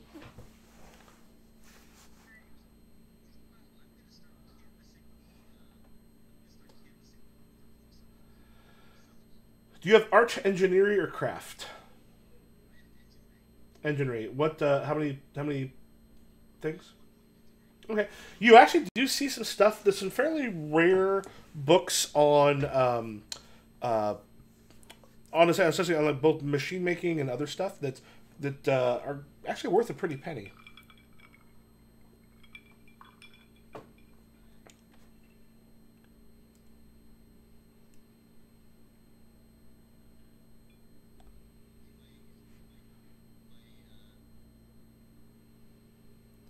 Oh no, I'm sorry. That's on there too. But do you have Arcana, Art, Politics, Finance, History, Medicine, or Culture? You have 2. Yeah, you do see several things there actually of some expensive books that are from other countries that kind of go deep into I mean the culture, the traditions, all of these sort of things. The ones you know some buyers you could probably sell to.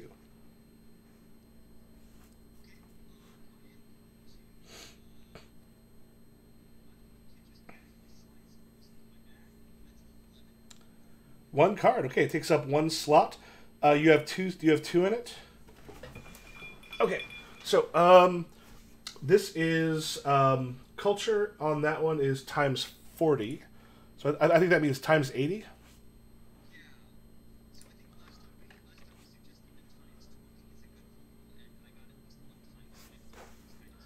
Yeah.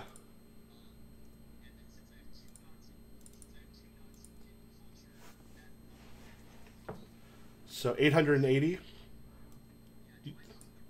No, no. The thing is, there's still more left. There's still more that kind of because there's a maximum loot in any place that you're in.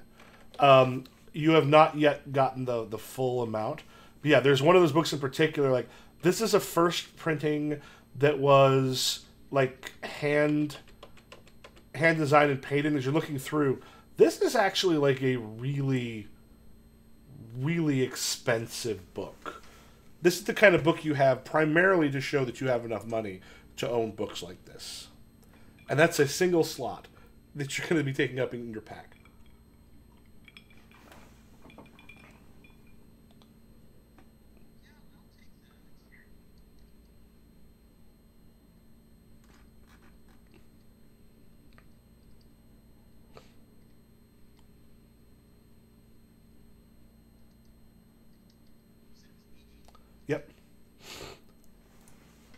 You also played one of your 11s. And this is one too, Twylla, if you're also wanting to steal, like this is a place where there is a lot of there's an awful lot of money essentially sitting in this library if you know the right stuff to take. And arcana, art, politics, finance, history, medicine, culture.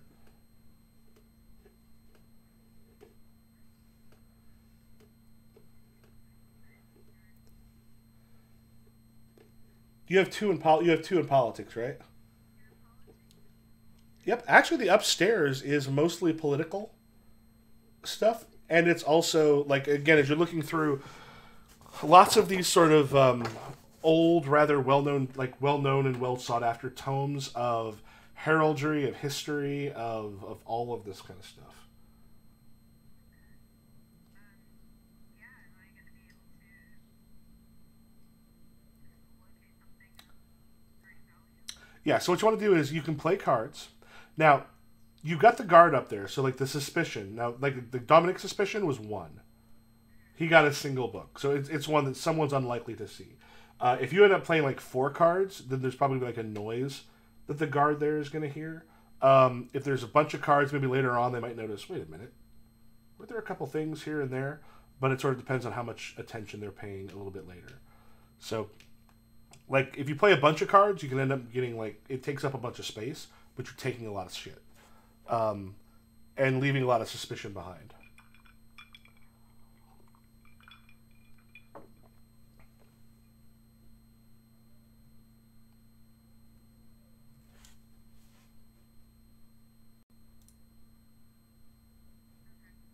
So I play a card in order to try to steal this. Yeah, at least one. I would say finesse here, so spades would be suited, and you can choose another one.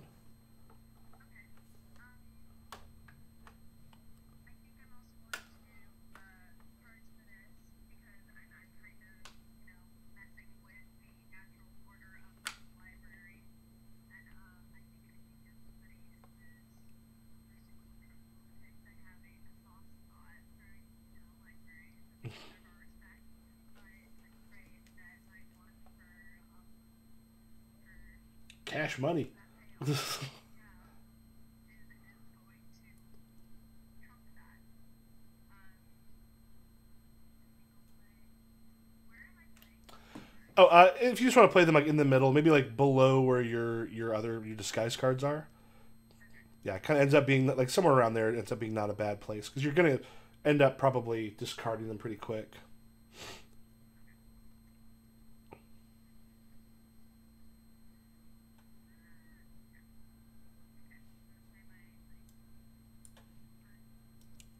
Is that the one worth 11 for you? Well, and you have 2 dots. Well, I hate to tell you this. So that's going to be with the politics in that room is it times 50. That's 1100, and you picked 800. You picked 8. Yeah, there's literally there's 880 plus. Oh, yeah, there's that because there's a maximum loot in there of 2,000. So essentially, you're going to be leaving basically 20 gold behind worth of stuff because the two of you both end up taking like the crown jewels. You get like the history of the city on the Saturnine. It's a single book. So if you want to put that on your character sheet, if you go down below for loot, you played 1 card, so it only takes up 1 slot. And I don't have a joker to play on that to grab it. So that gets discarded and goes back into your discard.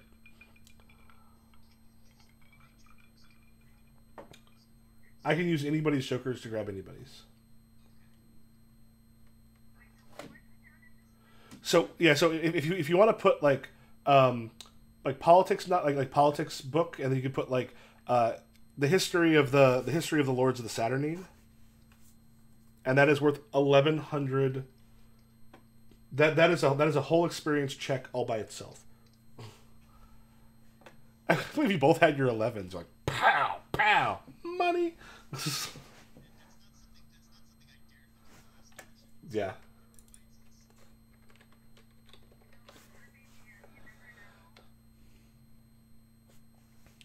the first time I did it, where I made the mistake of playing it. They approached it more like a stealth game because at least one of them had played stealth games with me before. They did almost no stealing. It was just there's a point I'm like, we're playing Leverage more than Project Dark, and I love Leverage, but that's a different game.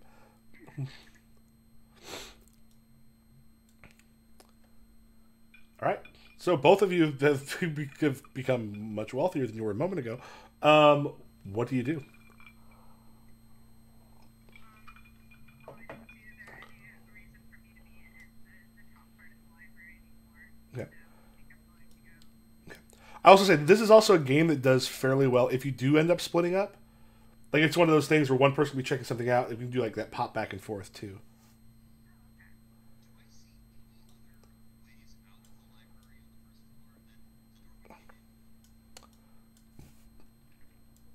You do know that there. Wait a minute. Oh, do you want to take a look and see if you're able to find anything?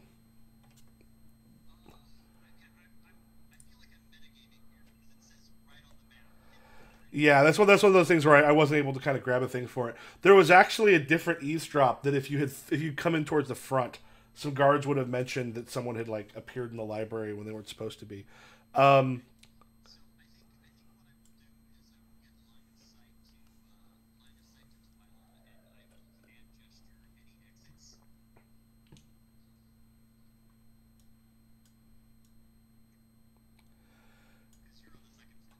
Yeah.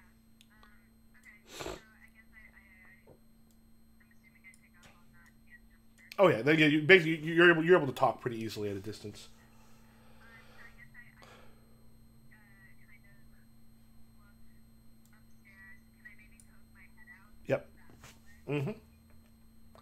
You see him just kind of heading off that way. Oh, okay. Okay. But other than him, it seems pretty small here. So And yeah, you also if you look, you can see a guard.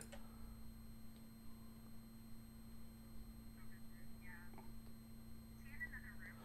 No, he's not in another room. It's just there's basically a balcony that heads kind of. Actually, let me do this real quick if I can. Let me get rid of that because that it's the stairs going down. You would be able to see past it.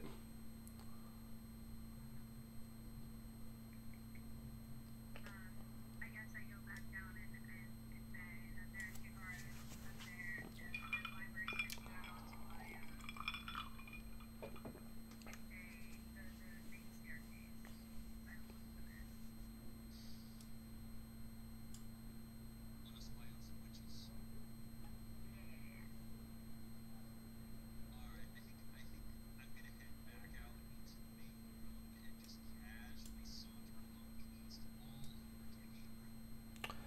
Are you heading down as well? Yeah, I'm gonna follow. Okay, let me pop you over.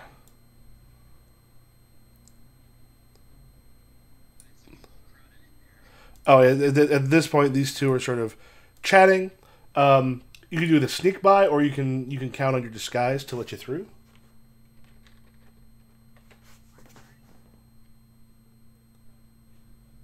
Let me do this. Okay. Oh, I don't know why I keep typing that in. I can just make that a macro because it takes a second to do that. In bar. Oh, yeah, look at you too. Like, I rolled a bunch of 5s and 6s for him in the other one, which was one of those places that was honestly much less open. Yeah. So yeah, at this point, since you're back in that sort of main room, the you can go back to 4 cards.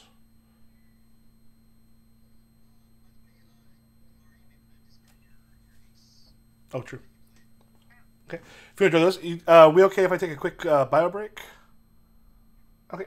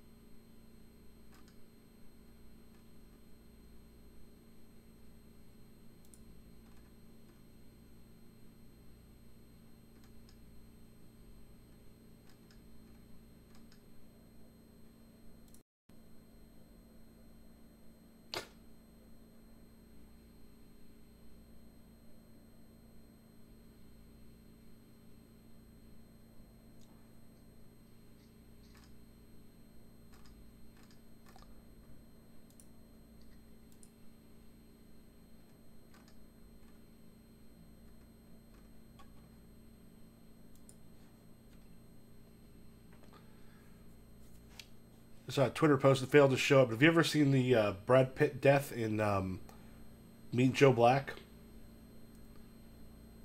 He gets like Looney Tune bounced between multiple cars. The first time I saw a clip of it, I'm like, that can't be what's in the movie. That literally can't be what's in the movie. And then I looked it up and I'm like, nope, that's what's in the movie. Like someone thought that was a good idea.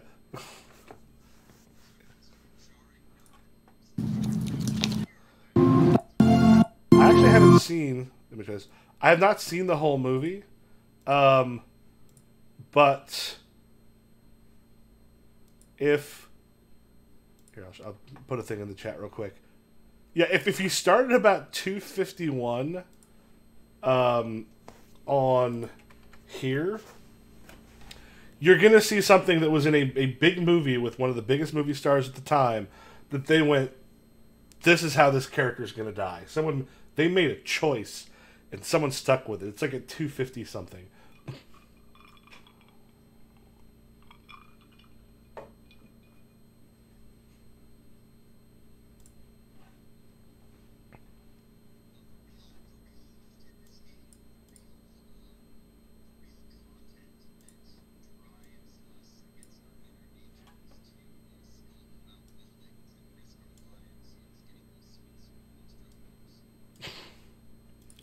It's fun. Okay, I'll make this one a little sillier. This one, this.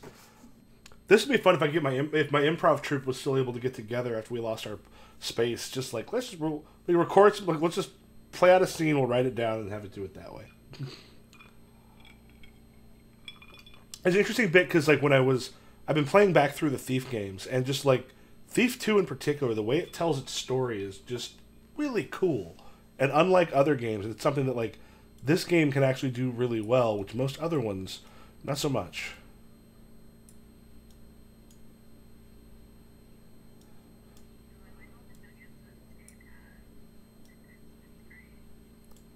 There was, in the last game, there was a good little bit where Will just sat outside of a wine cellar and was just like staring at the thing going, there's people in there and it's bright.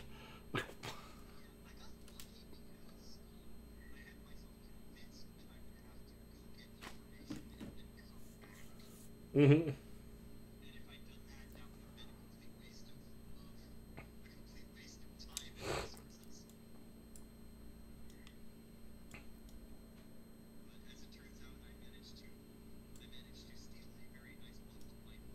Yeah.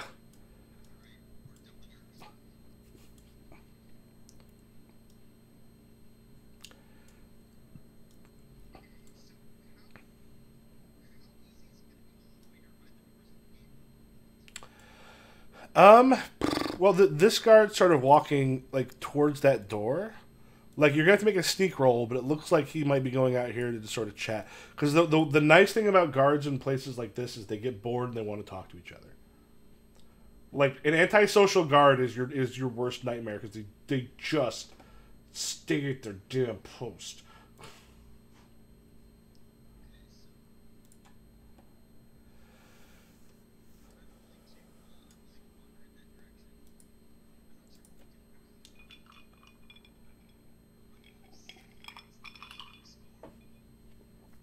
There's also other places to steal from.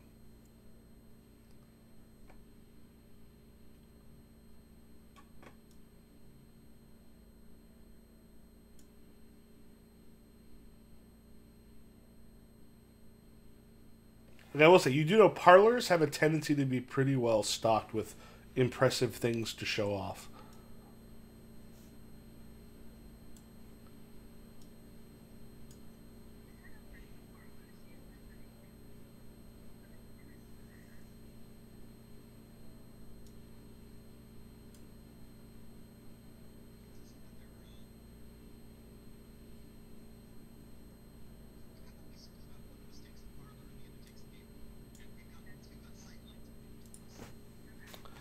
All right. Do you want to rely on your disguise, or do you want to rely on playing some cards to sneak?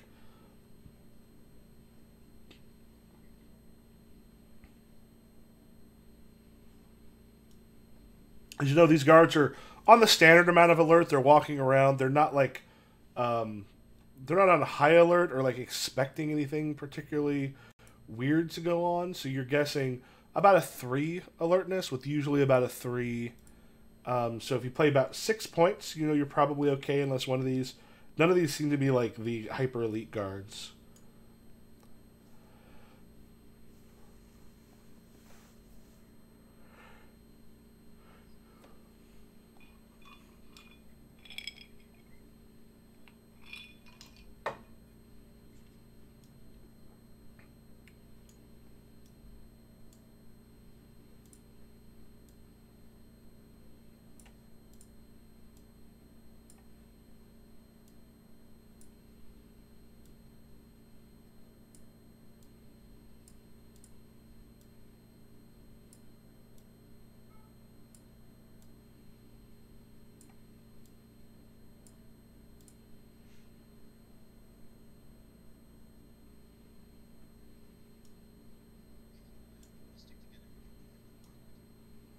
You also could split up. Either one can work.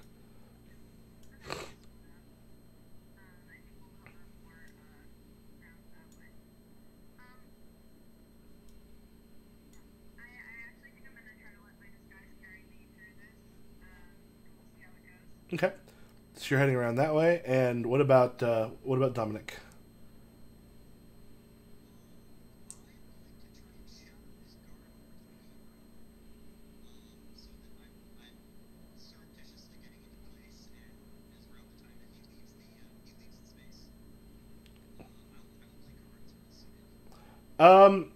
I will say at this point you do need to kind of take a look and see the things he's doing. Guile, diamonds.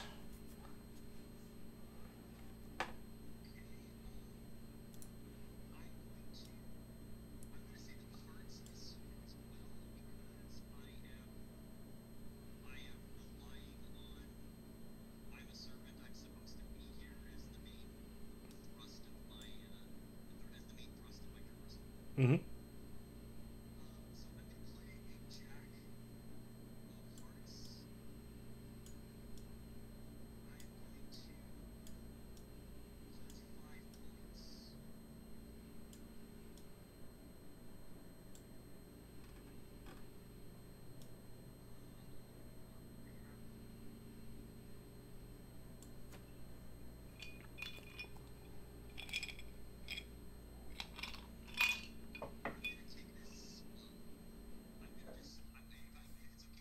Mm-hmm. Okay. So probably get you to about here, and Twylla, you're sort of heading towards the parlor. Okay, so 2 things happen. I rolled a 4, which is the same as yours. So as you head this way and kind of towards the parlor, you hear, huh? There is. Wait a moment. Hello? Anyone there? And this guard starts walking his way down because he saw something kind of move out of the corner of his eye, but he wasn't quite sure what. As you sort of head your way in the parlor itself, you have like a couple heads of game. You've got like just a bunch of parlor. Yeah, a lot of art and such is on the walls. You've got a lot of like these little things of like little like gas jets and stuff that could be used for like flames and such, but nothing that's on right now. But you do have a guard walking your way. Is there anything that I can really hide behind, or like anything I can like duck behind? Yep. So what you'll be able to do is you can either then see if another roll works your way, or you can play cards, and then Dominik, do another slow play.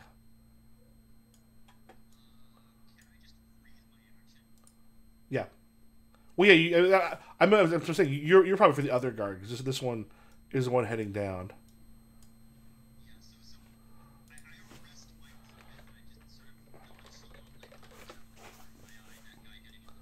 Okay.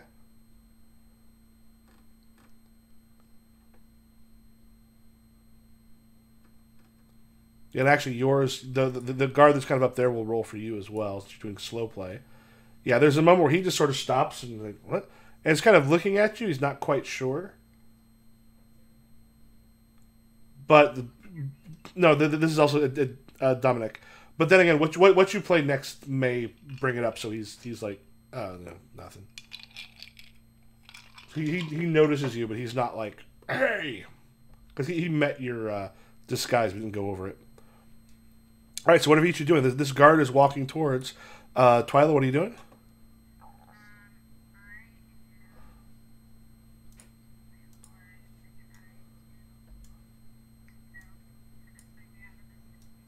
Okay.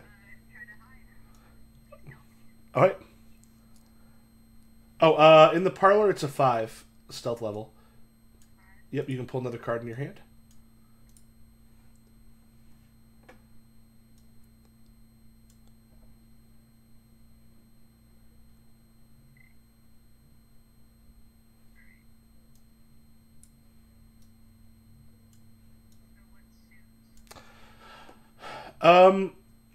I think you're going to want to be quick. So I'll go with finesse. Spades for 1.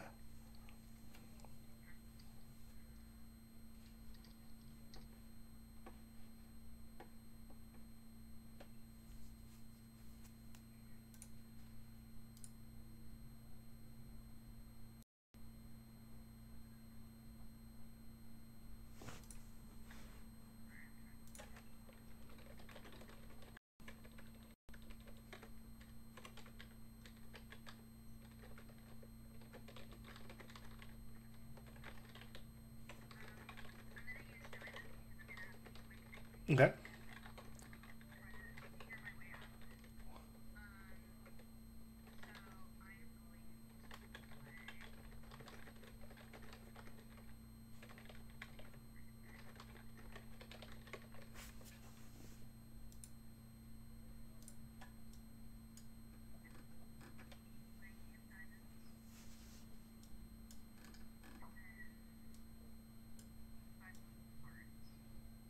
So 10? Okay. I will say, you know these guards enough that you know about a 6 will probably do it. So, yeah. So, yeah, as he just kind of like pops in, what are you doing as he pops in? Are you hidden behind something or? Yeah, like these two large like really large chairs that face one another. You've got like some artwork and such on the walls. You've got other stuff. There's like a bear, like that's really well preserved and such, like, up on one side. You've got like a couple other things, some hunting stuff that's been done sort of throughout.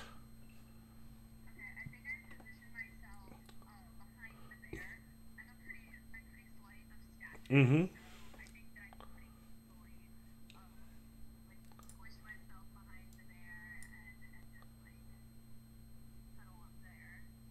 All right. Yeah, as he just kind of looks through and goes, huh. Mind playing tricks on me again. Oh, and I didn't actually pull that sound bite. Though, of course, right now, like, I got, like, bone conduction headphones, which are freaking cool. But, like, I didn't have them on earlier, so, like, some of the stuff's coming out of my actual speakers. So you probably got echo on some of those. But, yeah, the guard kind of heads back out. And if you want to finish your slow play, or are you finishing or continuing your slow play?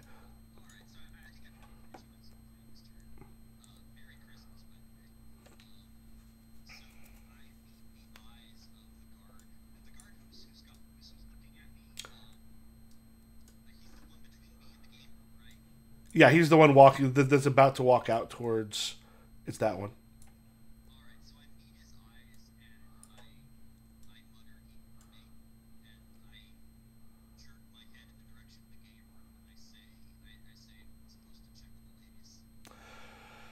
All right, that's some guile. I'll put some diamonds on that.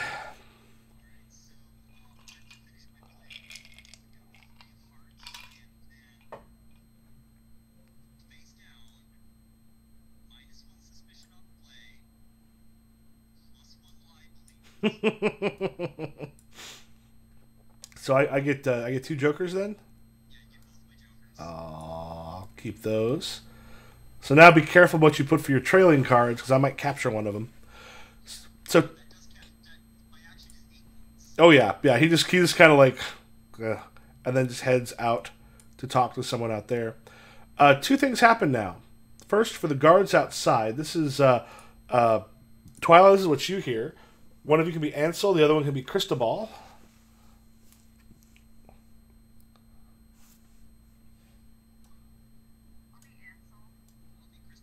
Put this over here.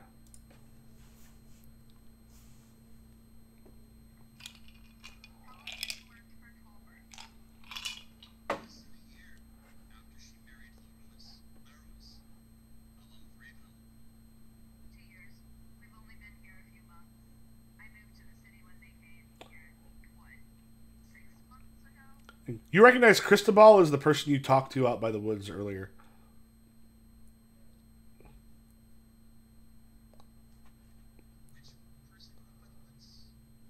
Oh, the one that she flirted with?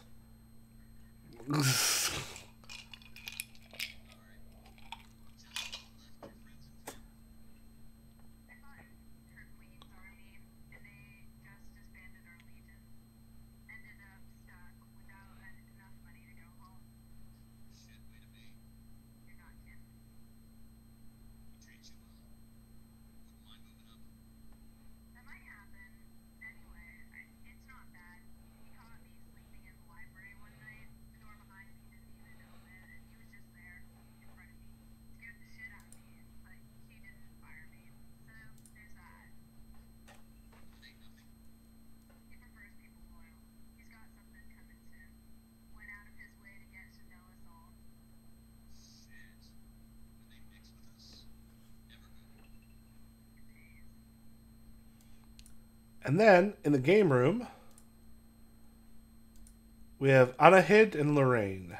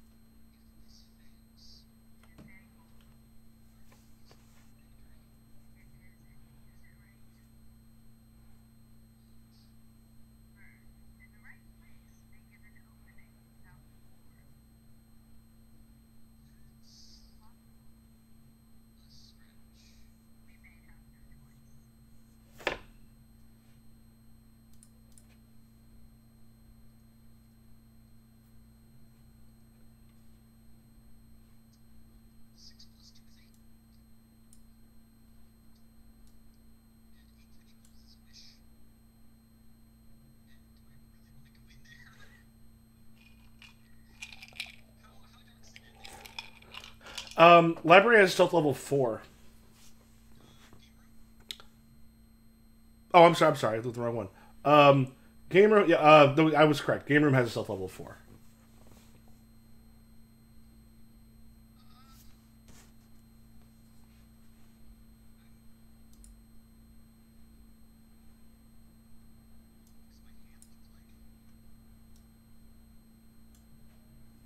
Where you're at right now, there is, yeah, the 4. Oh, and Laura, you can pull up to 5 into your hand for the parlor.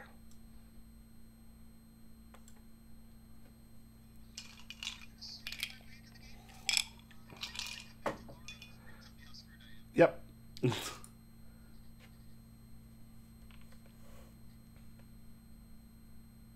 So, Laura? No, they're the ones that are outside. You heard them out on the porch.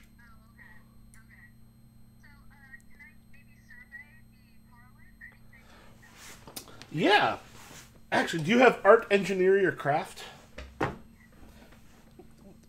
Which do you have the most in?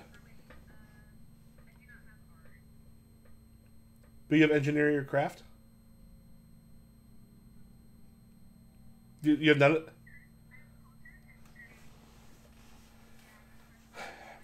You're looking at the art and the other stuff here. You're going, I'm sure some of this is worth money, but you're not entirely sure what is worth what. This is something, actually, I don't know if Dominik might actually have a better idea of what's worth money in the parlor than you do. I think the wrong person might have gone to the wrong place. Not in here. This one does not have a bonus on politics.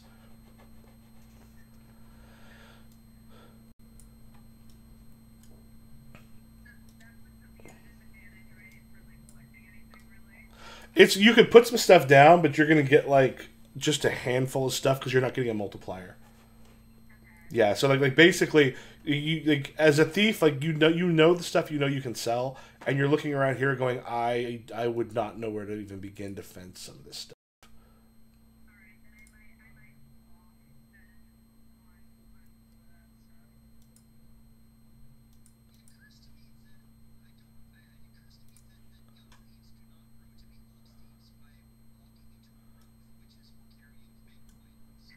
hold off then on Okay.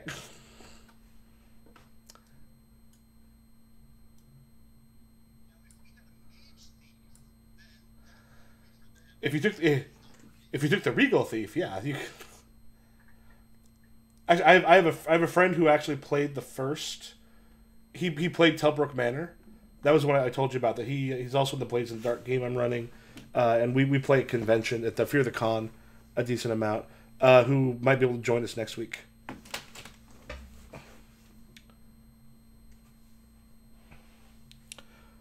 All right, so where do you two go?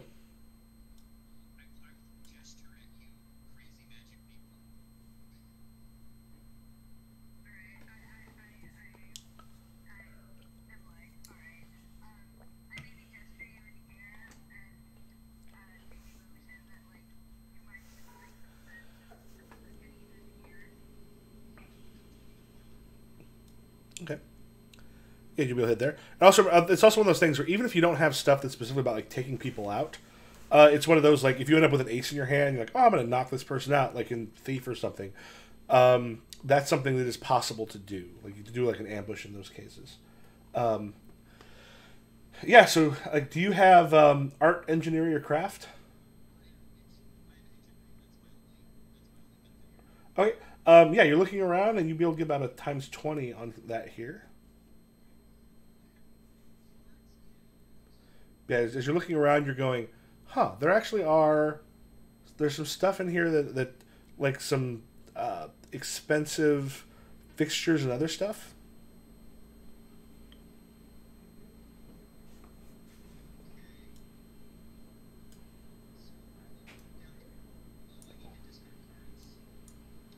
Well, you'll be at a 5 when you get into the parlor.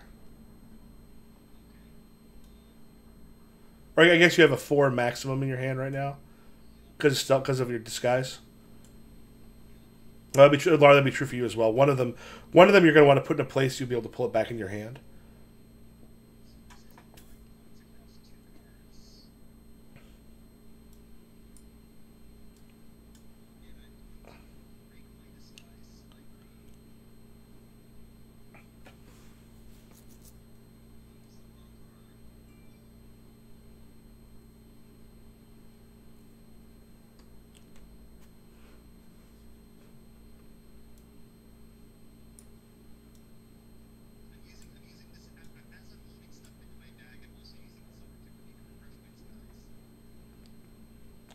Okay. Well, remember, you don't pull out. You don't pull out of your card. Or I guess you're pulling out of your card as you walk into the room to pull the extra in.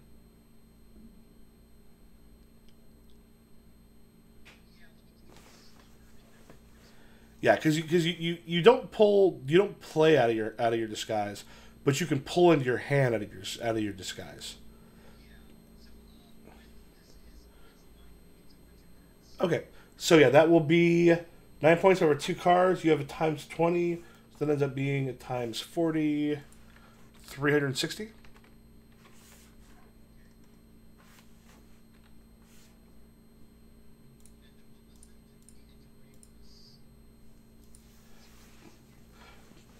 Yeah, so the engineer you end up like there's some really expensive fixtures that you're able to sort of take that have like for some gas nozzles. You can get like a little gas lantern and such going. And these are really expensive, and you know somebody who will buy these.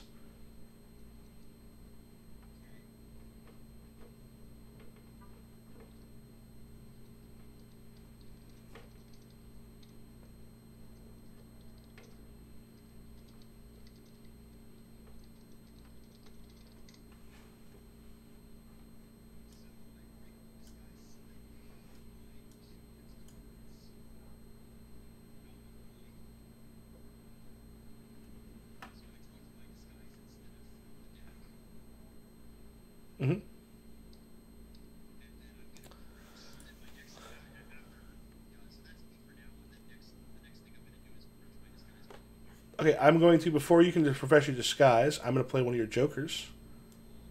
And the door opens up. Nope, wrong one. And Liang starts to walk through. As the door opens, what do the two of you do?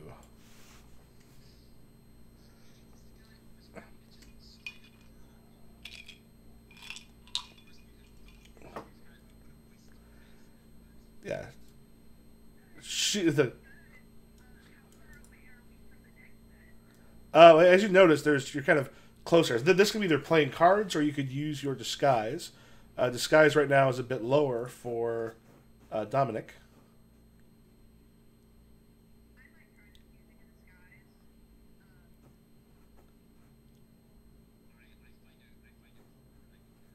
I go ahead, please. Yep. Oh yeah, and actually, depending on how many you took out, you can probably go up to 5. Yeah, you can. You will have 5. So if you okay, play your cards. I'm gonna say you want to have some speed on this, so let's go with metal. That like the hearts, you gotta like react like that.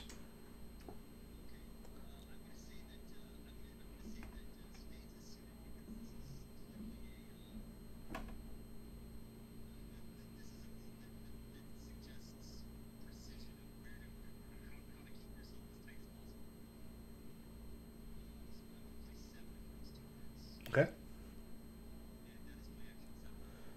All right. As she sort of had there's a moment where she does sort of turn for a second. You sort of met hers on there, and she just sort of turns and just looks, and she sees you in the room, Lara. So now I'm going to make the roll for you, because if he succeeded completely, he should have gone through, but he met hers, but didn't beat it. And then she kind of just takes a look at you and walks over and goes, I don't recall meeting you earlier.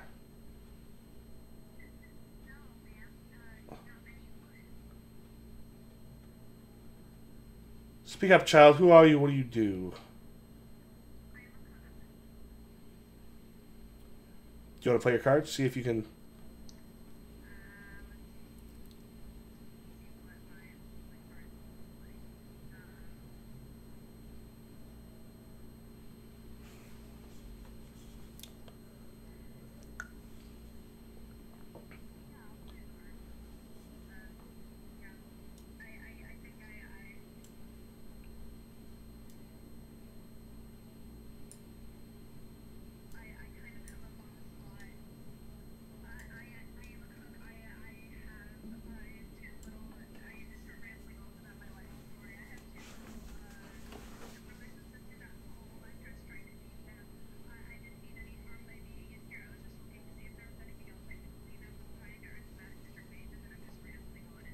Mm-hmm. And what's your total of play and how many cards?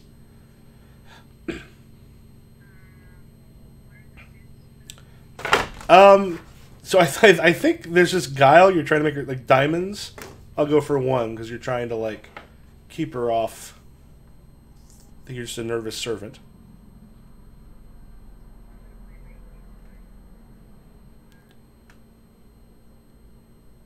That's an 11 for you?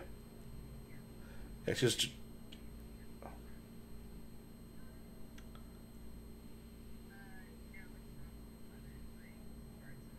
Oh, that's a 1. Yeah, it's a 1 if it's not 11. Did you want to play something else?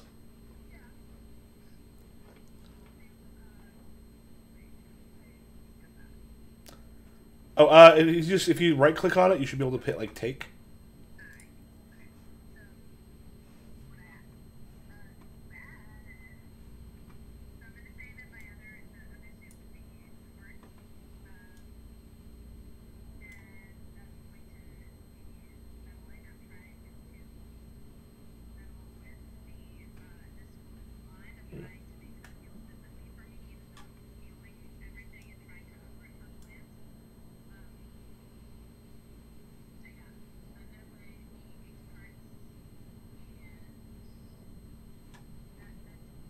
Yeah, that's your 11.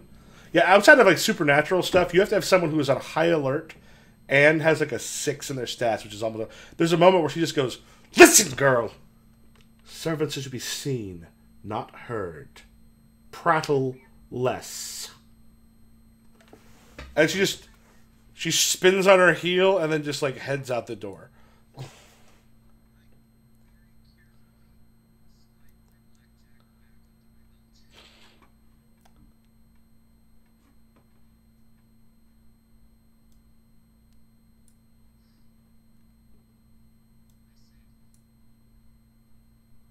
Yep, I tried. That was a close one. He does not seem very friendly.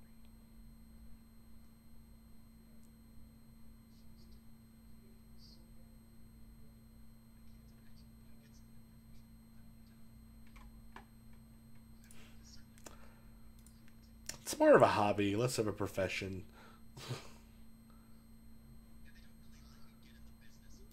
Yeah. Okay, if you want to decide what you're doing next, I'm going to use the bathroom real quick. I'll be right back.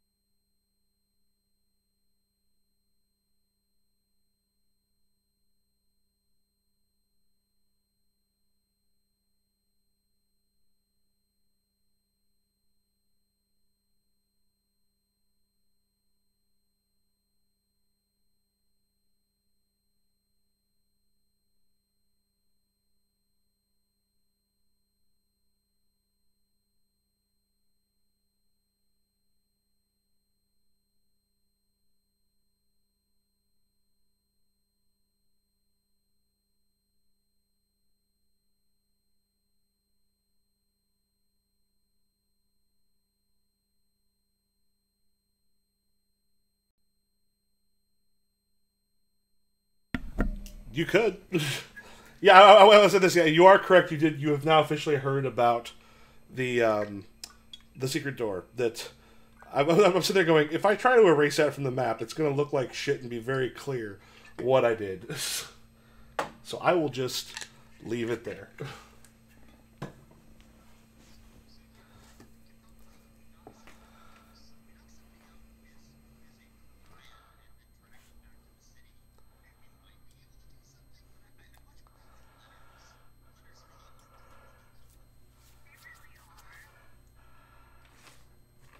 You do know that letters are often left in bedrooms because those are private spaces. Yeah,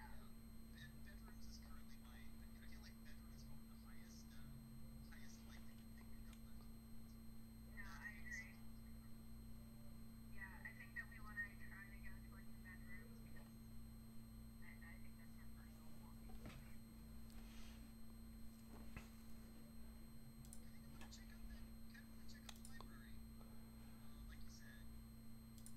You want to look for that secret room? Okay. Yeah, if you want to move to the library, and if you want to play, your engineering will probably be a helpful on this. We'll go ahead and add +2 to your total.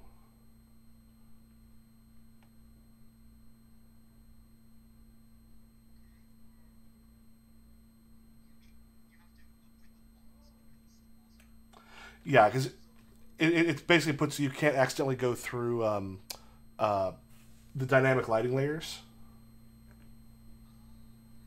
Yeah, so when I put those down, it goes, yeah, you can't move through those. So I've set up like there's doors I've gotten in certain places.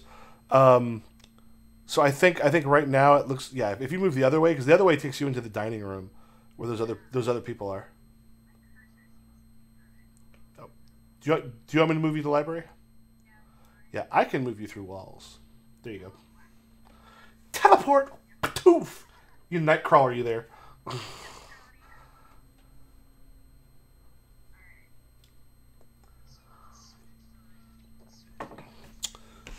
This is going to be kind of knowing how stuff goes, so let's go diamonds for Guile.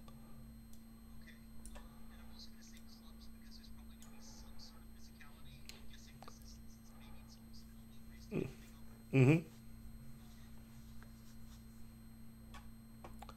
What's the stealth level in this room?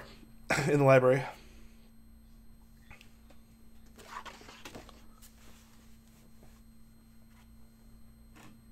To be fair, it's probably one you're going to be pulling back in your hand in a second anyway.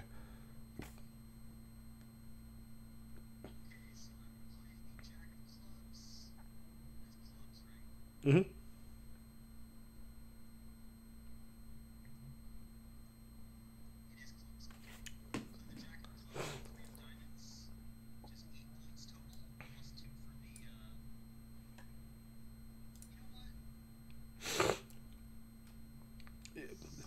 As you go through and... Okay. You go through and part of the bookcase opens up.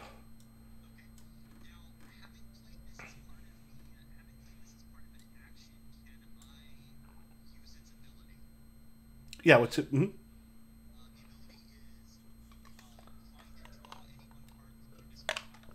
Yes, you can.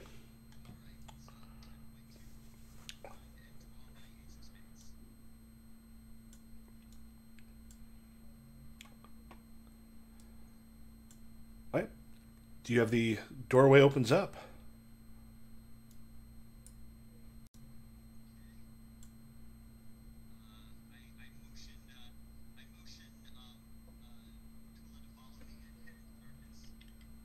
Here we go.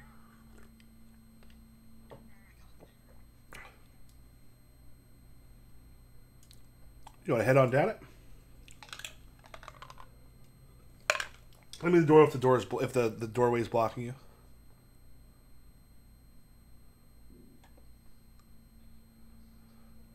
What? Yeah, Laura, you having trouble moving your... I really am. Okay, I got it. Thank you. We'll go 6.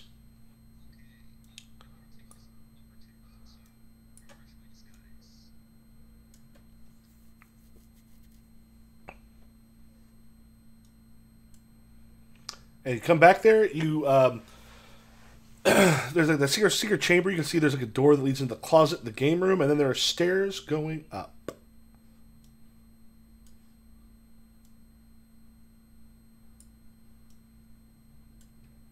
probably want to go up, right? If we're headed towards the bedrooms. I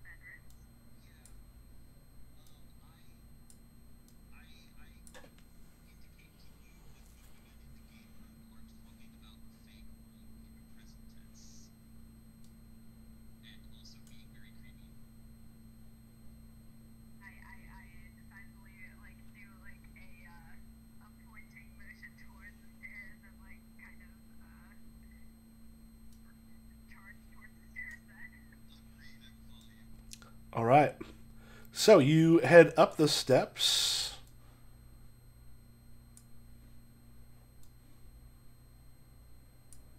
And there is, from where you're at, there's also a thing that will put you into the closet of the master bedroom. He's sort of in there, and there's the one guard that's just sort of like looking out thing, and he is just seems...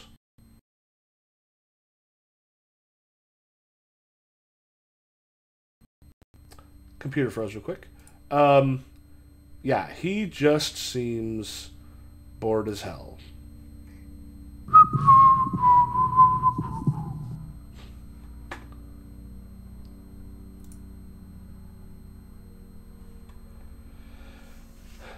In the master bedroom, as you kind of look through the thing, there's a stealth level of 4 in there. You've got like the kind of the moonlight coming through.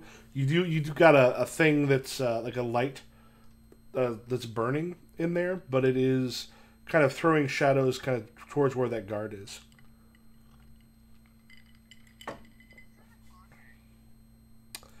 Closet itself, as you start looking around, there's a quick thing. You notice that there's some really finely made outfits, some of which are official. So if you have craft or politics, you could probably steal some stuff. I have politics. Okay. Do you want to play some? Yeah.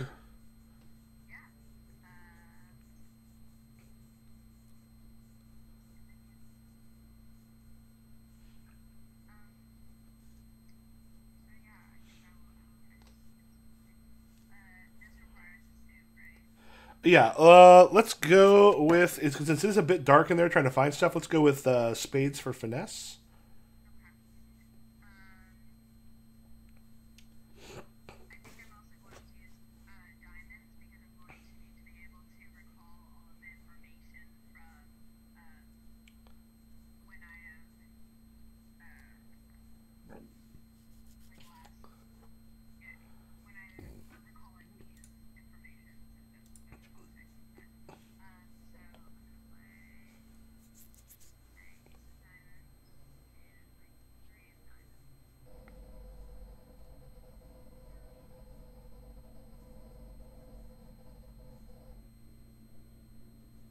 Can I play things that are not in this suit? Yeah. If you play something that's not in the suit, it just means it's the last card you can play before you can play others face down.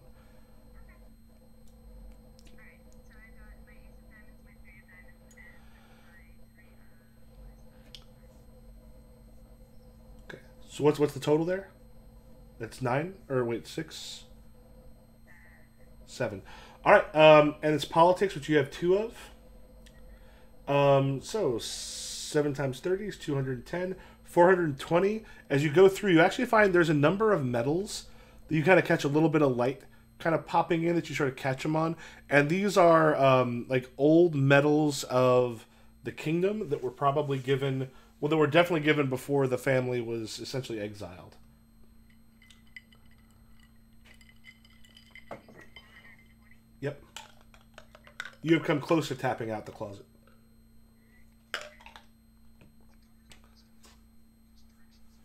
Out the window. Okay. Do you want to make a sneak roll or?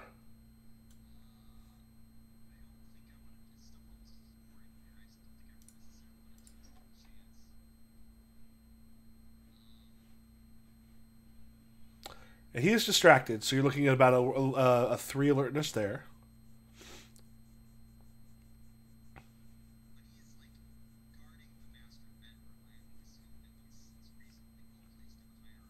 Mm-hmm. And I would say if you're using like your thing for an ambush, if you just play that is also you going across the room and. Poof.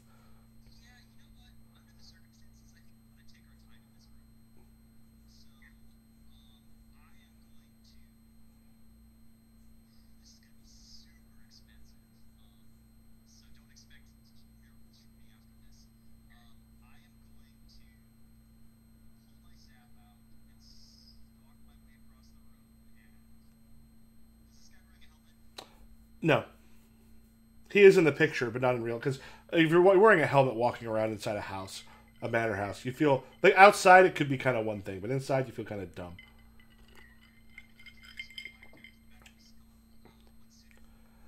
Force for clubs.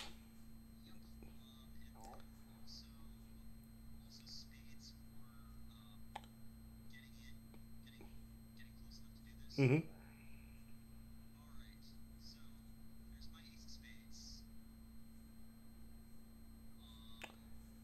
Is that the 11? So I say, well, this is what your character knows. That's he's distracted. He's not playing. That's about a 3. So even here with his sort of like, if you're knocking him unconscious, he doesn't have his combat right now because he's not actually fighting. He has one thing of armor, but there's like a 4 for his clubs, just for his physical size. A 1 for the armor, so 4, 5, 6, 7, 8. Like 11, you'd have to be looking at someone who's fully alert and like almost supernaturally. Oh, that's true. The standard wounds is for common guard is 4. That's true. No, armor gives the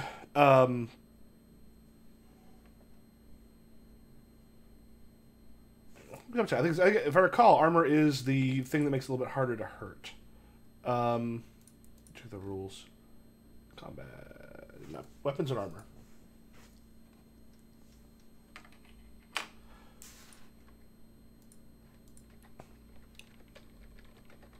Ambush. Oh, let me go backwards. In ambush, they can't defend themselves, may still benefit from their armor trait. Yeah, guard has 4 health, but Atticus is hurt him badly enough, dealing 3 wounds to him in an ambush. Didn't get to attack. Yeah, so if it succeeds, you cause damage according to your weapon, minimum 1, plus the amount of damage up to your marks in combat you choose, plus any damage you cause with bonus effects.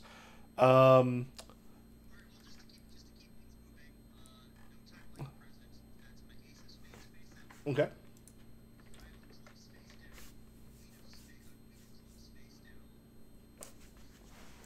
Okay. It makes sense for here that the armor is not necessarily going to make a difference here because you're clubbing him in the head, and he's not wearing a thing. So,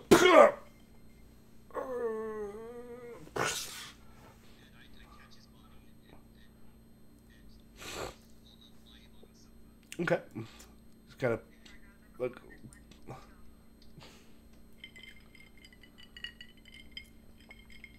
right, you are now in the master bedroom. There's books on magic. It looks like there's a bunch of things that are up there. There's these weird trinkets and other things. There's some really nice art, as well as things that are culturally significant. As you look around. Yep. Yeah, you're kind of looking through, and there's a bunch of documents there. And what you're seeing are letters, not just from the 3 other people, 2 Hans, that you saw downstairs. There are also other people as well. Some of which are done by code name, but others of which have, like, so as you quickly kind of glance through, some identifying information that includes some of the larger houses in the city.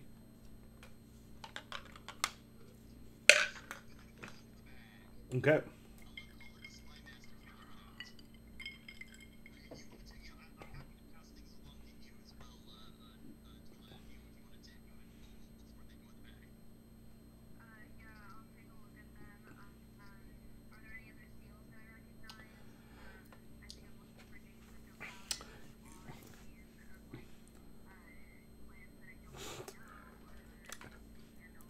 This is one of the nice thing of having like 2 dots or 2 checks in that helps. You actually notice several of them are actually using older versions of their seals of their house. Something that like someone who's not particularly well versed in it might miss the first time around, but you're like, yep, got this. Yeah, there's a number of the not. I mean, it's not like all the high houses, but it's a couple of the ones that some of them you sort of know were not terribly happy when the young queen took over. And had made their displeasure known at that time, but seemed to have fallen in line. Apparently, that after she's had kind of a Queen Victoria thing where she took power and kept it, and she was fairly young when her father died. She was common born and was not supposed to be the heir. So there's a number of the old royalty families are pissed off that someone that they feel should not be royalty is.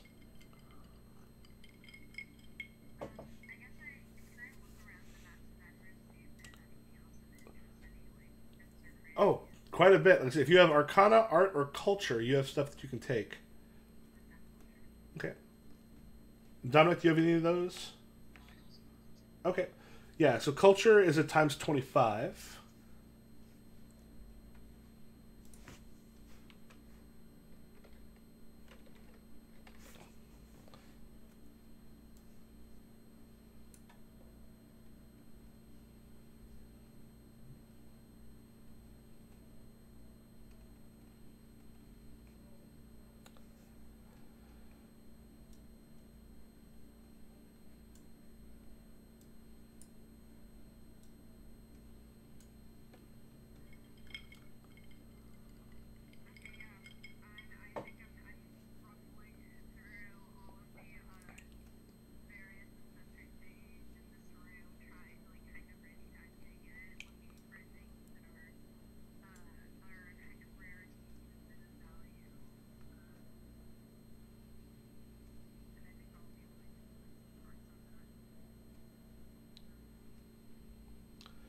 We could probably delete a bunch of these cards that are out here right now. Are all these ones... Anybody put those ones down below? Are any of these... Okay.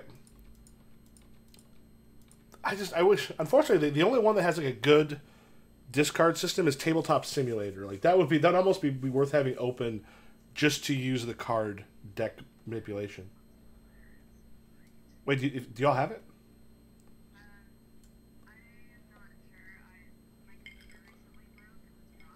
Ooh.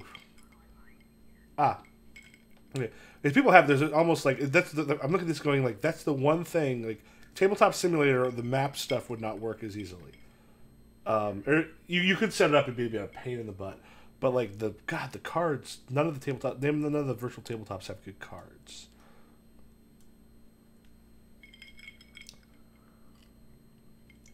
Because we use that for an Invisible Sun game that I run.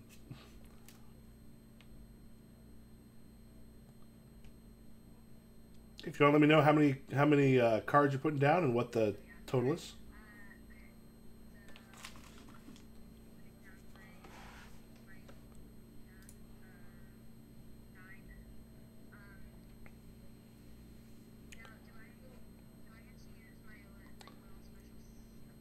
Yep.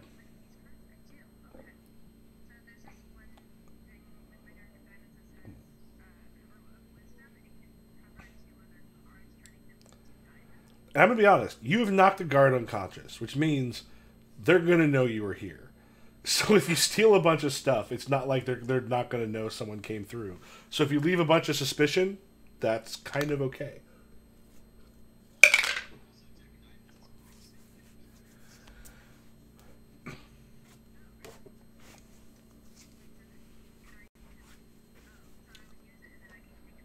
No, you don't take it back, but you pull another card from your deck. Yeah, so if it's got quick, once you play it, pull another card. Mm-hmm.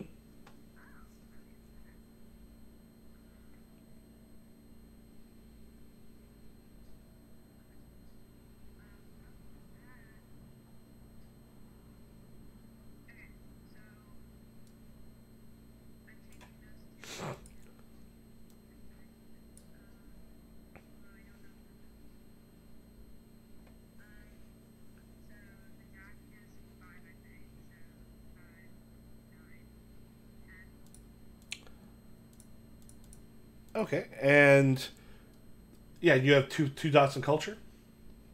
So if you want to make, you actually find there are these eagle statues that you find that about yay big or so that are incredibly finely wrought and very, very old. These are some older symbols of the Empire.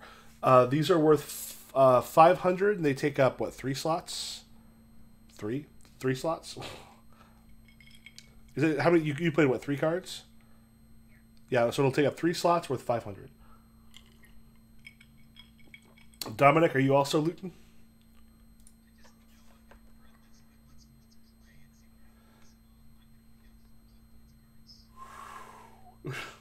And you have do you say art or culture? Okay.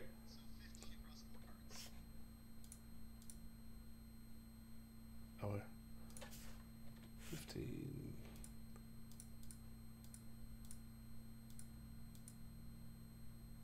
That's it. That seems wrong. 15 times a 25 multiplier. 3. Oh, yes, yeah. Yeah, but 2 points. So yeah, so that's how many cards? 4. It's bulky, but as you sort of go through, there is a it's a roll of maps of the old time with a whole bunch of these divisions of a whole bunch of like houses and such that used to have sort of power and such, and they also do have, there's a bunch of writings that you look on them, so they're kind of bulky. They take up 4 slots in your bag. And generally, the amount of slots you have is equal to, like, there's a point where it stops, and then for each level of hull that you have, you get, like, 2 more slots. I just realized they made it easy. He made it easy, so if you actually have to go through and find out how much suspicion was left total, you just look at how much slots people took up. Yeah. So technically, like I'll show you this. Like, I'm looking at Dominik right now. So if you would take this, like this fixtures with gas nozzles, that would also take up that one. Oh no, I'm sorry. I screwed up because you had put it on the other one. I misread it. Yeah. So those take up those extra ones. So yeah, I could just look and go, oh, you spent 1, 2, 3, and then these cards. Where she's taken 1, 2, 3. Is that right? 50. So 15 times 25 is 375 times 2, 750. Yep.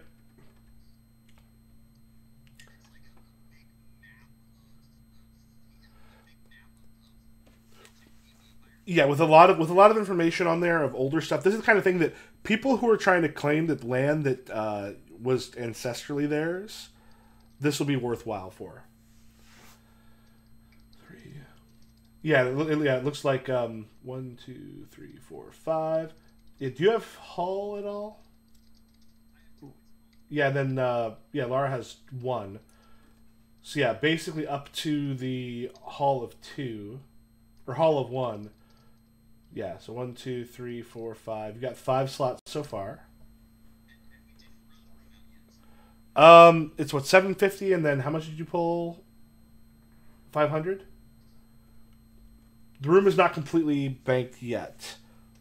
This room has 2,000 total. So if y'all want to keep stealing, you could.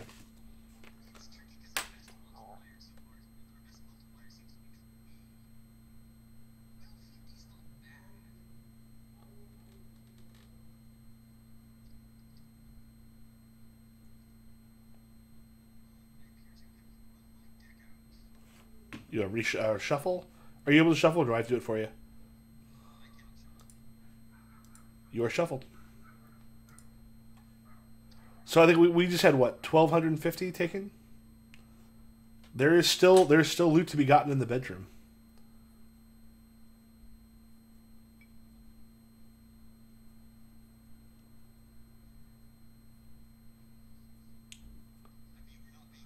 Yep. Yeah. Once the guard's knocked unconscious, they're gonna notice. Like there's a point where it's like, well, fuck. Let's just now we'll take shit. You also took stuff. He will definitely notice.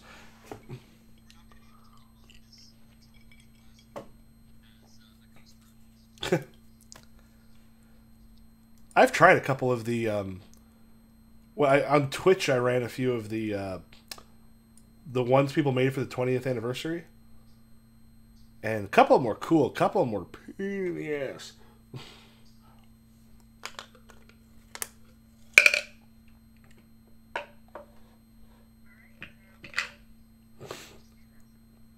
Okay. You can go back up to 4 for the stealth level.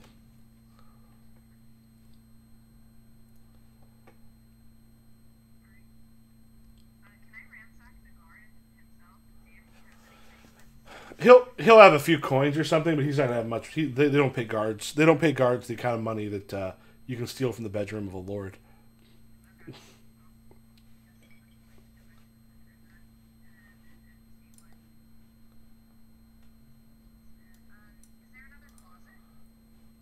Well, there's even stuff in the bedroom itself you can still go through and take. Yeah, there are other closets. Yeah. I guess I'll continue to survey the bedroom and see what else there is to find.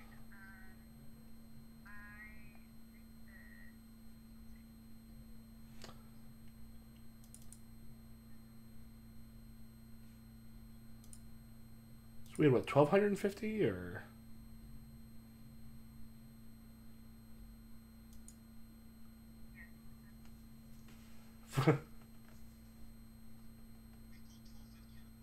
Yeah, 12. Yeah, so there's still about 750 left. Is there anything of historical significance? Not history, but you have art I do not have art. and arcana.